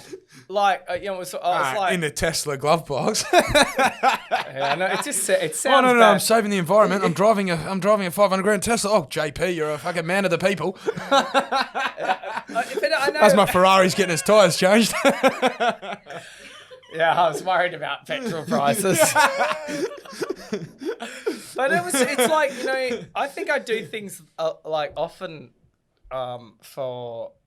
where there's no, I'm not sure what, it just, I thought, it happens. I've done that. It does, it feels good, yeah. So. And you're right, you know what, it does. Do you know what I did today? Ask him. I'm going to ask you something. I'm not even going to, we're going to ask him. What did I do today when we walked past the service station, Tom? Went for a walk. What did I do today when we walked past the service station? What was on the floor? A nail that could have got in a tyre and picked it up. And he's a really vivid nail collector. No, he picked it up. In all honesty, he picked it up and he chucked it in the bin so that a car wouldn't get a puncture going into the cellar. I did that today. So this is a part of that. Yeah. Just got It's just you give a shit and it's like, yeah. Yeah, well, and that's as simple as someone getting a fucking nail. Well cute, Tom. I knew you'd bring that up. Well done. You know why. To be fair, to be fair, I fair. said, what are you doing there? Kicking around, scratching around, Yeah. mucking around. With Okay, I'm not gonna lie. I thought it looked like a fucking $2 coin, right? It wasn't. I'd already half bent. I had to commit. And he was there. But so altruism, never heard of that. Do you have any other things that you talk about? Like, when I wake up in the morning, I'm on straight away. Like I don't need the time to still rest in bed. I think the first mistake you'll make if you wake up and don't wake up is that's your first mistake for the day. So Casey will tell you this one. I wake up, it's like boom. It's like honestly swallowing 200 mg Viagra's. I'm up and we're away. Oh, no, we're talking about out of bed. Yeah. Nah. Same complies. I'm straight up. I'm a morning person. I really am a morning person. I go to bed at 8:30 at night. Not out of choice, usually out of alcohol consumption, but nevertheless. Bullshit. No, seriously, I go to bed very early. 100%. I go to bed really early. I love the mornings because it's just a fresh start. It's your ability to do something with the day, to get on with it, and it's. I don't know. I love the mornings. Yeah. I'm a morning. Maybe it's the hot chick at the coffee shop, but I love the mornings. but at least you get. Are you allowed to go down there anymore? Go where? To the coffee shop. Or do you? You know? Do you know? Mornings got down there, and we're talking about that. I was like, I'm like the first one at the coffee shop, and to be honest, I get a bit vicious when he's 2 minutes late to opening up with his 7 a.m. time that he says on the door. Melbourne, I find them relaxed at opening their stores. Like not on time. Yeah, because they only you can only fit 2 people in them, so it doesn't really matter, I guess. They're not losing massive bank if they open 5 minutes late. So you're not allowed to. Yeah, okay, fair enough. You don't make coffees at home? I don't make coffees at home. We have a pod machine, but we don't have a milk frother. Oh. Yeah, I know. In fairness, actually, if I calculate, it costs me $10.20 to get a coffee, and I get them 5 days a week. Shocking, isn't it? $10? That must be $10.20. Yeah, that's 2. Yeah. That's a cappuccino, skinny milk with an extra shot, and so is almond Casey latte living from with you? Yeah. This is serious. It is serious. Yeah. I moved in with the last bird after knowing her for 20 minutes, but so this here, let's talk about this. This is. Are you going to be? You could be married twice in the 1 year. Thanks, JP. I gotta get a toilet. Oh fuck! I got questions. Fire away. We're going to answer them all today on the JP show. We're going to give you the podcast that you've been waiting for. You sit there in your big red rig as you're trucking over this beautiful country and listening to what we have to say. That's going to be your infomercial. What ratio of your fans are male and female? Good question. Very good question. So last time I looked, should be right now.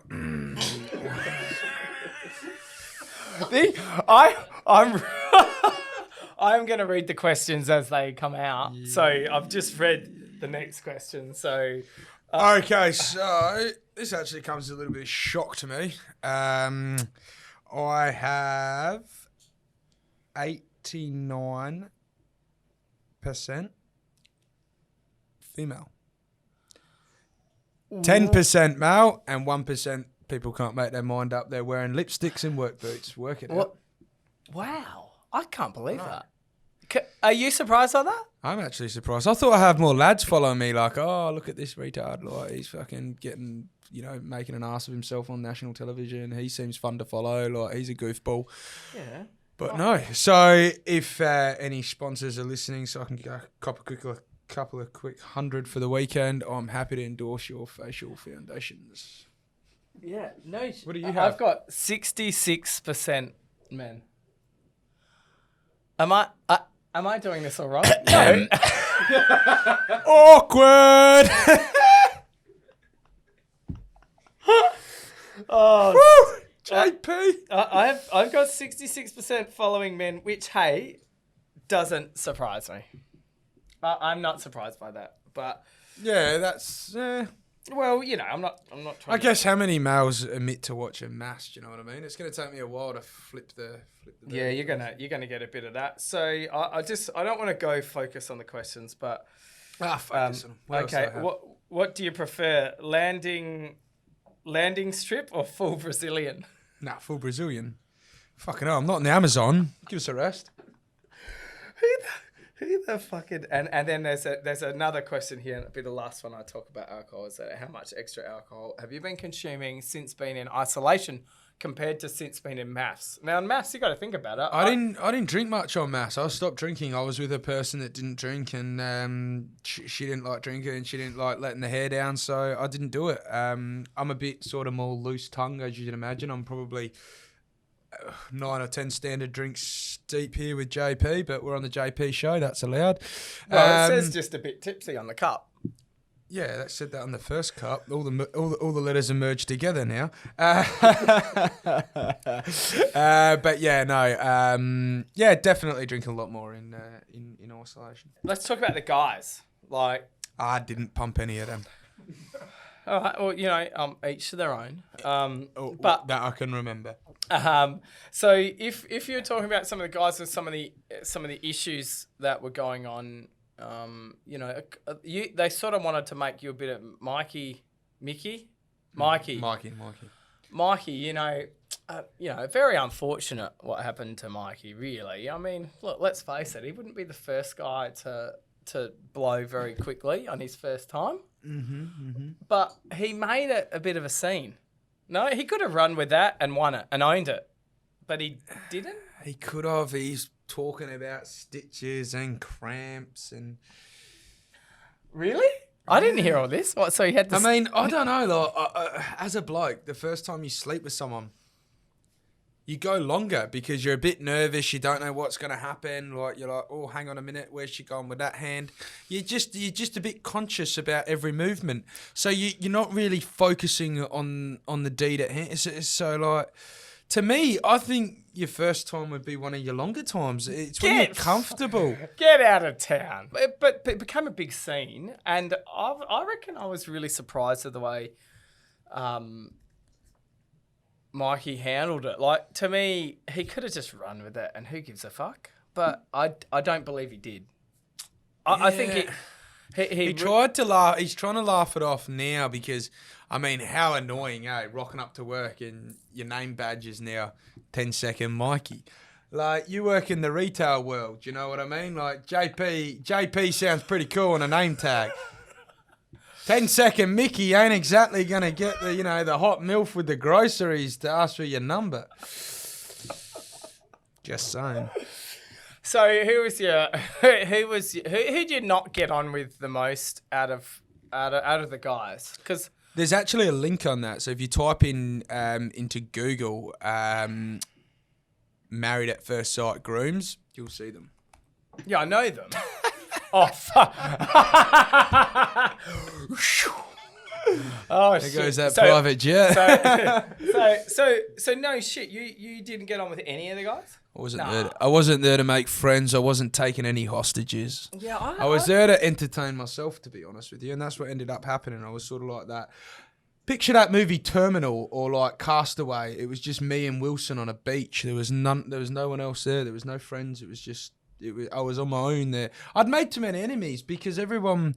The problem with Married at First Sight is one thing. I went on there with nothing to need, nothing to gain, just myself. Similar to if you had ever gone on there, JP. You go, it's not going to change my life. It's not going to change anything. Yeah, people are going to recognise me, whatever. But you get the ability to just be yourself, and that's what I did. And everyone else there, the problem with Married at First Sight is you've got all these people that they're going there for a purpose. You know, they want to sell teeth whitener and protein powder. Let's be honest. No one's going to buy my protein powder. So, or your teeth whitener. A couple of red short, I might have whiter teeth. But no, so I believe like when you're on there, they're all very politically correct to the point where I would ask them questions at the dinner table, which would really, fuck with their head a little bit. And that's why they didn't like me, because I was exposing them on a national scale. So when you did answer those questions, Or no, you are, the way that the show made it look, almost got pauses that came to you. The questions came directly back to you. Mm-hmm. It looked like, oh, fuck, this guy is stirring the pot. Yeah, and most of the time it was. Like I said, I like to get to bed early. They wrap that show up when there's enough content. Turns out when I stirred the pot, I'd be home in bed at 12 instead of 4 a.m. So I just used to go in there and I'd just be myself. And I was loving it because you'd watch these people squirm, trying to be someone they're not because they were acting to be someone they're not. What guy, honestly, let me get back to it. What real guy can say, I don't care what my wife looks like as long as she has a beautiful personality? It's like, hang on a minute. If the fattest bird in the world came down in a wheelchair, they'd be like, oh, she's got a beautiful personality. Like, life doesn't work like that. You're human. Do you know what I mean? You are human at the end of the day. Personality is really important, but don't bullshit and say you don't want a good-looking girl. So I was the only one that asked for a good-looking girl. I was like, yeah, I want a size 6 to 8. I want, I wanted to, I don't want a midget. I don't want her to be too tall. I don't have a ladder or a cherry picker on me. I wanted to have nice teeth, no goofy teeth. I don't want a black tooth in there. No gaps. Obviously, we're not shopping in Elizabeth. I wanted the real deal, and I got what I asked for. Steve, it doesn't matter. I just want personality. Guess what you got? You got someone that wasn't 25, and as 30. slim as you hope. 30. He wanted 30, mate. I don't know. I seen Steve out a couple of nights ago, and he was having fun with some younger ladies. That's for sure. Not that young, one of them was 16. What? No, I didn't say that. Oh, it's so funny, man. But did they ask you what your ideal woman's like? Yeah. And I described it. The only thing I wanted was actually I wanted someone with a profession. I wanted someone that was like, a doctor, a nurse. So what? Porn star? Like a lawyer or someone that was that was very corporate. In I wanted a corporate person that had structure in her life, that was well educated, and like an accountant or something like that. And that's what I asked for. And then they're like, and I don't know. I mean, they must have looked at the application and gone, fucking hell, Michael, you're pissing in the wind. Have a look in the mirror, oil painting yourself. You'll be getting this.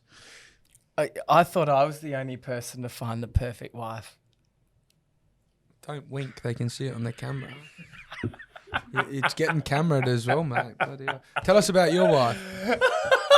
Wait, tell us about your wife. What's her name? Nat. Nat. Lawyer. Hates law. Great wife. Super smart. Brings up our kids amazing. She got a sister. Yeah, she got a couple. One younger, one older. How old is she? Nat's I think she's 37. She sounds too good to be true. She's not real. Is 38? I don't know. That's okay. You went younger. You can't get in trouble.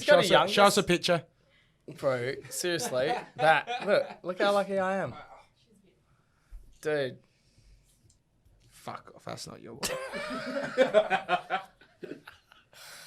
Dude, I was one of these guys that was out of control. Do you like pigeons and tigers too? Because this guy's going to give Mike Tyson a run for his money. He's punching. Let me tell you, I'm looking at her. He's punching. But for me, I having that. She's a lawyer too. Yeah. Yeah, that's a good attitude. All right, flip me for her. But it's about the blend of bringing up a household when you have kids, and it's not easy. No, it's not. I'm a little boy. He's nearly 3. Connor. Ooh, I got 5 and 6. And it's hectic. Yeah, see, I win. Mine's little. Yeah, it's hard. It's hard work, and I understand It's with my fun, though. role, it's hectic. You'd be a good dad, though. You've got a good sense of humour. You get home, you'd be fun, you'd be exciting. He doesn't really get so. Leave me alone. I've had a hard day. I had to podcast that Goonan prick from Meredith first. Yeah, I just want a beer and I'm going to bed. Yeah, you know that. I love it. I come home, I'm like rock star. So I actually have filmed the few times coming home. They love it. A few times coming home when they're actually excited. That's it. Yeah, film it, and then it's like, and that goes, fuck, you're out all day. and you come home for like half an hour to read a book, and you're, You're like, the hero. God. Yeah. I envy you. Yeah, and that's I hard. do. I really do envy that. So. Because it's I'm really lucky to have that. Yeah. You're really lucky to have that. Coming from a guy with a broken family, you're very lucky to have that. So treasure it. Yeah, because my parents split up in '82. Fuck. I wasn't there then. Shit, Otherwise, I'm I could've- actually saying how old. Just No, Some that's- people, no one here was born, huh? Yeah, no. I wasn't here. I could have fixed it, but I wasn't here. And for Sorry, me, Roger. Yeah, for me, I got to, I was lucky enough that the parents sort of. They get along all right, yeah. Yeah, but I learnt from an early age they competed, and so I made the best of both worlds, like As you do. And I think when Christmas is good. Yeah, well, it was amazing. Mm-hmm. And Get your gifts from your mum, your dad, then you sell the ones from whoever's your favourite, and they're like, oh, you didn't get me anything, then they this get is you back more. before eBay. Yeah, Gumtree. Yeah, Gumtree. Way before Gumtree. You can't hustle at the front of your house. You don't belong in Modbury. What was the first thing you started to sell? First thing I started to sell, here's the truth. I actually nearly, I got to be honest, it's a true story. I nearly took your whole family out of the equation. So what happened is I was a young boy. We were living in Scotland. We lived down the road from a church. I used to go to the local convenience store, you call it down there. It was a little sweet shop. I used to buy up all the sweets with about 50 quid that I had from my pocket money and things like that. Then I used to go and I used to have this ivory wall out the front of the house. Church was on a Sunday, and I used to sell the sweets that I'd bought from the shop with a 300% markup. I didn't know that the church ladies and everyone felt sorry for me, so they used to buy my sweets off the church wall. My mum came home, was embarrassed to hell that I was doing it. My dad thought, what an entrepreneur, he's learning, right? Mum was that embarrassed. We lived in a very nice neighbourhood, and she's got her son sitting there, about 5-year-old, selling sweets to the churchgoers, thinking, this is brilliant. And it wasn't called Drake's Stall, Michael. It was just a hustle. And I started hustling at a young age, and I've hustled my whole life ever since. But I don't have anyone in this world that can ever say that I've done bad by them, I've ripped them off, or I've lied about my word. I've always kept my word. I believe that's the most important thing. Even when you commit to a crap deal, keep your word, because that's all you have in this world is your word and your handshake. To me, I'm all about the word, so I do hear that all the time. The first thing You hear it, everyone says it, but tell me the Not real many people people that do can it. commit to it. You tell me one person. I've got that many people are listening to this, that many people listen to this. Bring forward one case where I've ever screwed anyone over or done wrong by anyone. Bring it forward, because you'll get 0. Well, that's good, because I can say that, and that's a proud thing to be able to say. and not many people can. No, fucking no one can. Do you want to know the Why do you first thing think you're I so sold? quiet? Do you want to know the first thing I sold? What? I sold Ninja Stars. Did ya? Yeah. In year 5. Proper ones. Yeah. So I had Took this them to guy- school, yeah? Yeah. PAC would have loved that.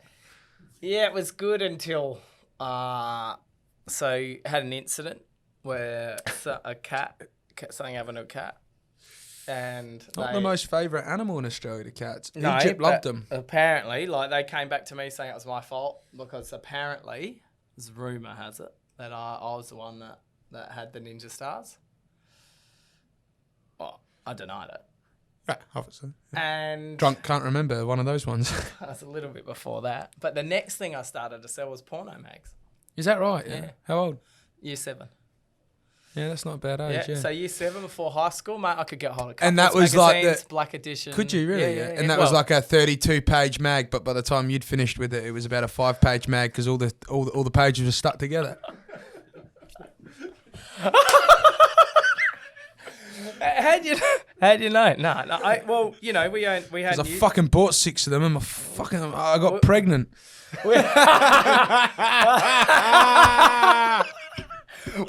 we had news agencies, so I could pick up mags for nothing, and I'd sell a black penthouse black couples edition, 20, 25 bucks, and I was selling 10 to 15 a week.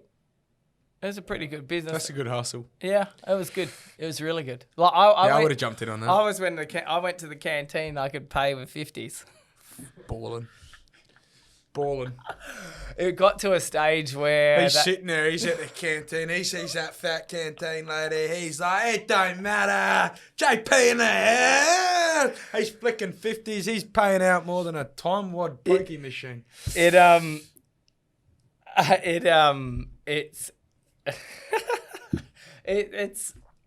had it down to a stage where they actually complained because they said the kid was.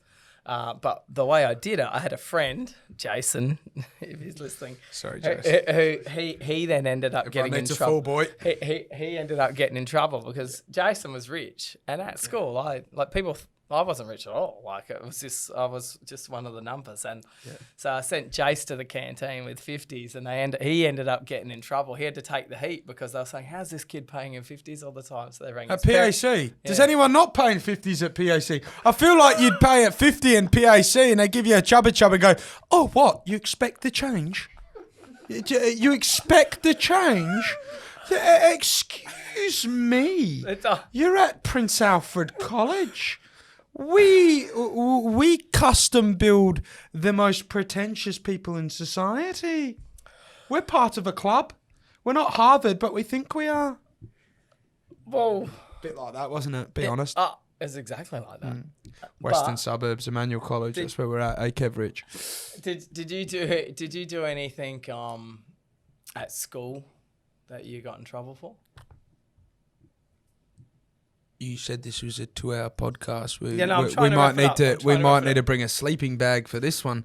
Did I do anything at school I got in trouble for? It's I reckon I used to have a hustle where there's six sides on a pencil that you roll. There's 6 sides on those pencils at school. Do you know what I mean? The red and black ones. You all know them with the gold strip. Yeah. Guess what? You pick the side with the white writing, you get 4 times your money. You put $1 on. The hustle was real. Art Bullshit. class. Really? What? Yeah, No, hustle. had to be I'd pay out 4 times the money. Had to be high school. No. Year 7, yeah. No. It's year 7's high school now, but not when we were going to school. Yeah, well, I didn't go to school in the 80s. I'm a young guy. I'm funky and cool. Mind you, you drive a Tesla. I'll let you go on that one. Year 7. What else? I feel standard stuff. I'll give you a good one. No, so we were sitting in the reason I ask it is because it sort of sets you up for what you're going to do when you leave school. It does, yeah. I was the class clown, so I was always in trouble. I was sitting out the front of the German class in the chair because I was naughty. We had one game. People will relate to this. Other people say I'm a bully. We had one game where it was Chinese whispers in music class, and it was about talking about how the things can get misinterpreted through tones. So we had a note to say, and it was la da da da da, and then by the end of it, you played Chinese whispers, and at the end, you had to the end person had to go la da da da da da da and get the notes right. Anyway, obviously, I was quite close to the end, but I wasn't the last one. So the last person gets up and they go, Thomas Sosick wants a donut. Thomas Sosick was a fat kid at school. It was hilarious. But it was a big form of bullying. I don't condone bullying. I'm saying but it's funny. They probably don't do it anymore. Nah. That's fair to say. So it's fair to say that I think you and I are we're both very similar. Family business. Parents started the business. I've copped my fair share of, you got a silver spoon in your mouth. You more so than me. You're royalty in Adelaide. I mean, not because of that, but because of honestly the great things that your old man's done. Like to be honest with you, like I'm not going to take this away from you because I've never met him, but I'd say that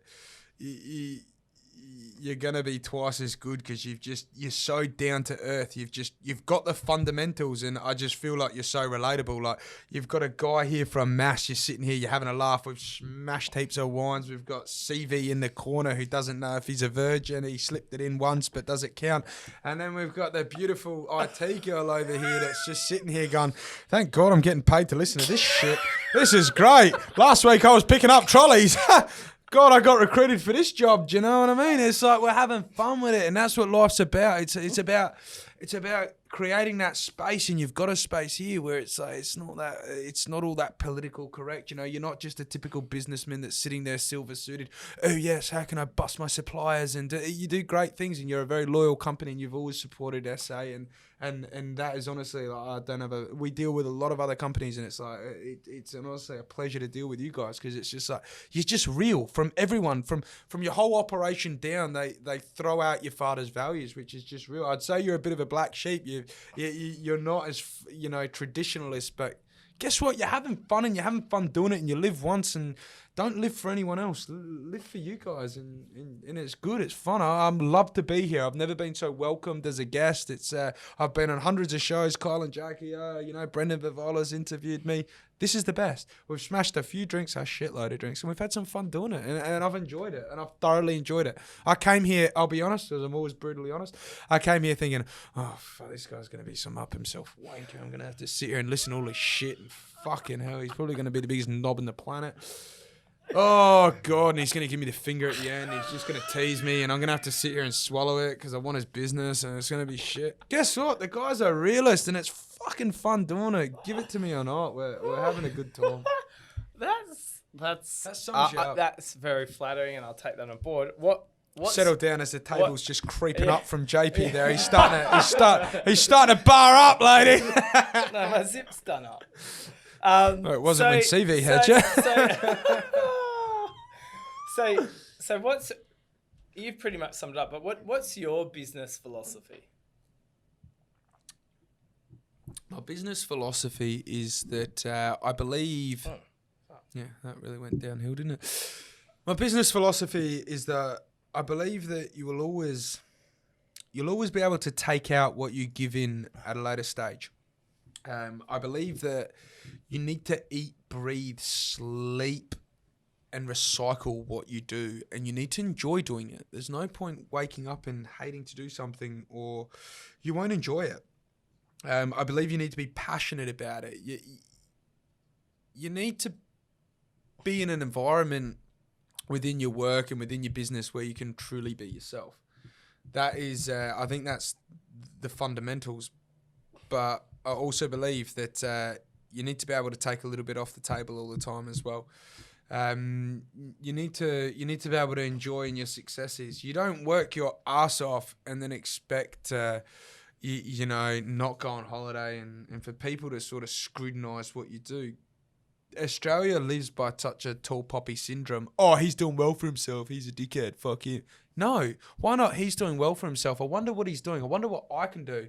I wonder how I can be like that. I wonder what simple, little, small changes I can make in my life to do that. I spoke about getting coffees before. I said I get coffees 5 times a week. I quickly worked that out. That was $11. 150. What's that? What are you trying to work out? How many drinks you having? How many coffees you having? What was it? 11.20? 10.20? Yeah, $11. So, $11 a day by 7 days. You put on, by it's 5. No, 50. So it's $51 a day. $10.20. It's $51 a day. $51 a week. I'm spending on coffee. It's like times that by 52. Yep, $2,600. $2,600 I can save and I can invest in something for my future or something for my child if I just stop that little luxury and get a pod machine. Yeah, the pod machine will cost me a bit, but it's simple things like that we can change in our life to increase the balanced statement of our own lives. You can be one of the, you look at, what's his name? The Mike Tyson that went bankrupt, and you look at these pop stars that go bankrupt because they become accustomed to habits that they can't have. It's like Floyd Mayweather. Exactly. It's like it's a joke. There's no end to what you can spend, but the true reward is playing life's Monopoly and going past go and saving your $200. That would be my advice. Okay, it's quite a rich answer. And rich doesn't necessarily mean money. No, exactly. It's I'm sure you'd agree as well. No, it's like, 100%. 100%. So what have you learnt from being on reality TV? I've learnt that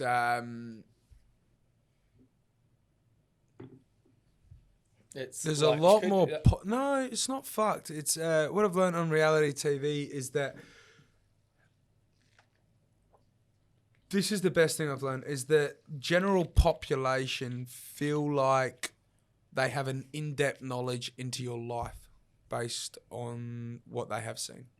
So when I go for a coffee or something, people will come up and be like, Michael, how you going? Like, and they'll feel like they know you, but you don't know that person yet. You feel like they've engaged the conversation like you've spent a year with them at military camp. I was never in the military. There's no way you're in military camp. Just for the record. By the way, I can iron a shirt and make my bed. You'll find out in the morning, darling. Poor Casey. Fucking hell. So growing up, what's the most difficult challenge you've had? Trying to fulfill the needs that definitely trying to supersede my father would be the biggest challenge I've had growing up. Hard hitters. If you weren't doing what you're doing right now and money wasn't an issue, what would you be doing? It's a very good question. Do you want me to tell you what I'd be doing? This. I'd be what you're driving. doing now. This is what you'd be doing. Right. And I know you'd love it and you'd enjoy it because you love people. I do. I but can read I'd- you. This is what you'd like. But I'd be racing F1. Would you? No, but you have to be a half decent Mate. race car driver for that, Jake. So let's start with what like- possibilities I here. think Let's I not, think let's not go. Oh, I'll be fucking Spider-Man, right? Like you've got the in the background and No, that. But you can say that. are you a good race car driver? Yeah, I'm pretty good. All right, I'll challenge you How? How do we do this? to a race car race. Yeah. All right. By time? Yeah, but My here's car. the deal. My car. I get to pick your car, Fucking you pick your car? and I get to pick my car. What? Okay. You're a professional. No, not a professional. What car would you pick? I'm probably going to take one of your Ferraris. I don't have a Ferrari, mate. Ferraris. It's a. Sorry, People I'm that- going to take your people that Tesla. have- What Tesla you got? It's not one of those Ah. family wagon Teslas, is it? Is it Doesn't fast? matter. Nah, it's not the fastest, but it's. What's fun, Roger got? but- Roger got anything good under the hood? He's got the fast. He's Has Roger got a Ferrari? No. No way, Lambo? man. No. Nah. What? Tesla. No, he's got a Tesla. Look at these battery fucking people. Wow, That's I tell you Dad. what. Dad's, Saving the environment. No, Dad's like- one grocery at a time. Dad's I the- want. Okay, who's got CV? You got Ferrari? You look like a private No, school mate, I boy. got a Honda Civic. I could fucking tell that with the haircut. The 2000. No, do you go I'll race you. I want to race you. Alright, I want to race you publicly. All right, well, Alright, that's my I want car. the WRX. Which is your fastest car? That's my race car. There. Yeah, I'll take that one. Yeah. You Yeah, I'll prang take it, that one. you pay for it. Yeah, deal. Yeah? Yeah, deal. All right, I can do that. I can hook this up. And that's what he's going to drive. He's going to drive him all the way to Bender shop. All right, we're hooking it up. Malala racetrack. Hit the Malala, boys from dude. On the Run Up. We got the Bend. We got the best racetrack in the Oh, the world. Bend. Hit the boys from On the Run. Are you guys close with them? Close enough to. Well, yeah. Look, there you go. Yep. You and I. They're a beautiful South Australian family. Yeah, I want that one. I get to drive that. Hang on, that's not like a Hot Wheels car that he's just zoomed in on, is it? That's a real car? Right, deal. I want that. All right. I couldn't even take that through a Macca's drive-through. Eh? No. Speed bumps and no. You can't. Mickey's going to do. I don't. I will race you in that, and you get any other of your standard road cars. Nah, I can't. I need to be in that as well. All right. Here's the deal: 10 grand on the nose. Are we in the same car? No, you're a professional. Race I'll car take driver. same car any day of the week. If you whacked me in. You got him anyway, man. I'm telling you, he's not a good driver. I'll take the. All right, if I was you. Don't tell him that while I'm in this Maybe Hot I'll try it in an Excel. Wheels. XL? What do you mean? An Excel. There's that road car. A Hyundai Excel. Yeah, done. Yeah, I'll go you 10 grand on the nose. How many laps? No, one. How big's this race car? One. How long's the track? It's 4.95 Ks. That's a long time. I have to put it in my Google Maps. Do I get and there's all like street posts, turn 60 at this bend and all that shit. Nah, it's none of that. It's the Bend. It's one of the best racetracks in the world. And you can't go on the grass. You can if you want, but it'll slow you down. It's not forward driving. I feel like I've got this, eh? Like I'm Nah, confident. I don't want to go 10 grand. I go like 5 grand. Nah, 10 grand it goes to charity. We'll figure it out. All right, I'm going to do it. And I'll. 10k on the nose. if you weren't doing what you're doing now, what would you be doing? It could be anything. Like you could be like Richard Branson. You could own a space company. You could do it. I would be I already know what I would be, and it's quite serious. I would be testing condoms.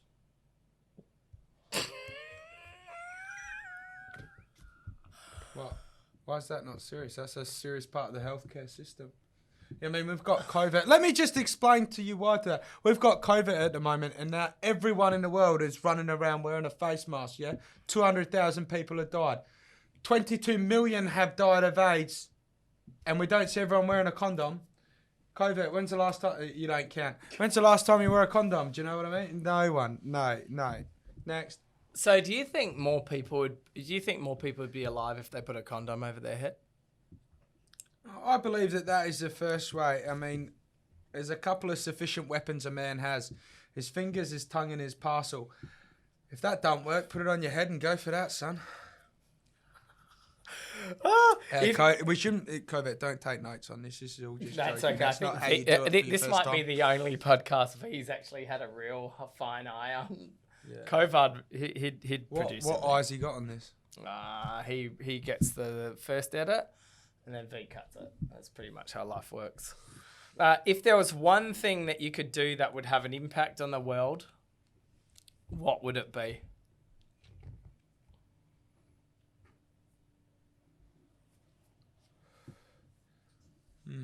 One thing Like I could do what- that like, would you have know- an impact on the world. I would develop a cure for COVID-19 and I would sell it. Sorry. I would definitely sell it. I'm not going to lie. I'd love to say I'd give it to humanity. No, I'd sell the shit out of that shit. That's fair enough. And you know what? I think that's rightly so. So, you know, everyone's in there to... To the Chinese and get our money back. Sorry, it's not racist. No, not at all. Not at all. I didn't think it would be. And now I have I'll give it one... to Australia for free. I know most of your viewers are Australian. Yeah, I charge America. Yeah, and I charge the Chinese a lot, double for stealing all our land. Die-hard Aussies. I'm trying to get them on board. Yeah, continue. Okay, you're pretty passionate like me. If America called you up and said we're running Married at First Sight and you weren't with Casey, do you think you'd take the opportunity? Good question. America has rang me up, true story, and said, we are airing your series of Married at First Sight. It's about to air in America. So I have right now 120, I don't know, people that follow me on the tag. So what I'm going to do is I'm now going to America. So there's a couple of articles released. Goonies gone global. Who knows? I literally I'm going to America. So I'm not going to lie. Kim Kardashian's rang me up. I've had a few calls with Will Ferris. Things are getting big. Things are getting big in this little Adelaide boy's head. But really, I just... Did you just make that up? Yeah. Don't tell anyone. Yeah. Sorry, I'm just trying to big note myself. I'm in front of a couple of good people here. I just want to try and make myself look cool. But yeah, no, they are airing it in America on a big station called Lifetime, which is actually bigger than MTV. So, ladies and gentlemen, watch this space. I'm about to be hated in 2 continents in the planet. So do you find that a bit confronting considering that you kind of sound like you've got a girlfriend? No, you do sound like you got a girlfriend here. I do have a girlfriend. Yeah. So if America called you up and said, "Hey, you know, what's that degenerate?" Oh, the degenerate Ellen. Yeah, Ellen No. DeGenerate. If she rang you up, Carpet muncher. What? Sorry, Ellen. fuck. I go big in You America. say more inappropriate things than me. Fair to say. Yeah. I'm not editing here. Yeah. Fair to say. If she called you up and said, "Hey, you got to come over here," I'd be like, no way, because I guarantee you I ain't going to get laid. Like, do you know what I mean? I'm a boy. There's no point in her calling me up to waste time. I wasn't talking about her, but her show. Oh, yep. Yeah. So, or Jimmy Cavell. Is it Jimmy Cavell? Jimmy Kimmel. Yeah, that's it. Jimmy Kimmel. You don't know him? No. I got to be honest. JP, any of them rang me up, it'd be like, look, guys, send the private jet. with a whole lot of Don, because why would I take that offer up when I could be sitting here in Adelaide with my man JP, sipping back a few beers and having a good old laugh, and that is what life's about. So you can box on with all your shitey American stations, because we know how to rock it in South Australia on the podcast while you're travelling in your big truck across the country. Or car. Or there could be in a Tesla. Could be in a Tesla. So one question. This is the last question. Fucking one question. That's honestly what he's going to tell me. One question. This is the last. I feel like we started this interview with one question. I feel like I've been on a plane trip from literally Australia to, you know, that stopover place. What do they call it? Abu Dhabi? No, Abu Dubai. Dhabi, No, what's the other one? Dubai, No, what's that stop? Singapore, Qatar. Hong Kong, Qatar. And you get there and no one's ever playing the guitar. You rock up there and you expect Lewis Capaldi to be there sitting there going, hey, welcome to Qatar. No, you're sitting there on a fancy plane with shit plane food and your ass is sore because you've been on a 12-hour flight, and you rock up and they go, one question. That's JP. Don't be fooled by his one question shit. All right, so here we go. If you died and came back as a board game, what board game would you come back as? Jumanji, because I ain't ever leaving this place. I ain't fucking leaving.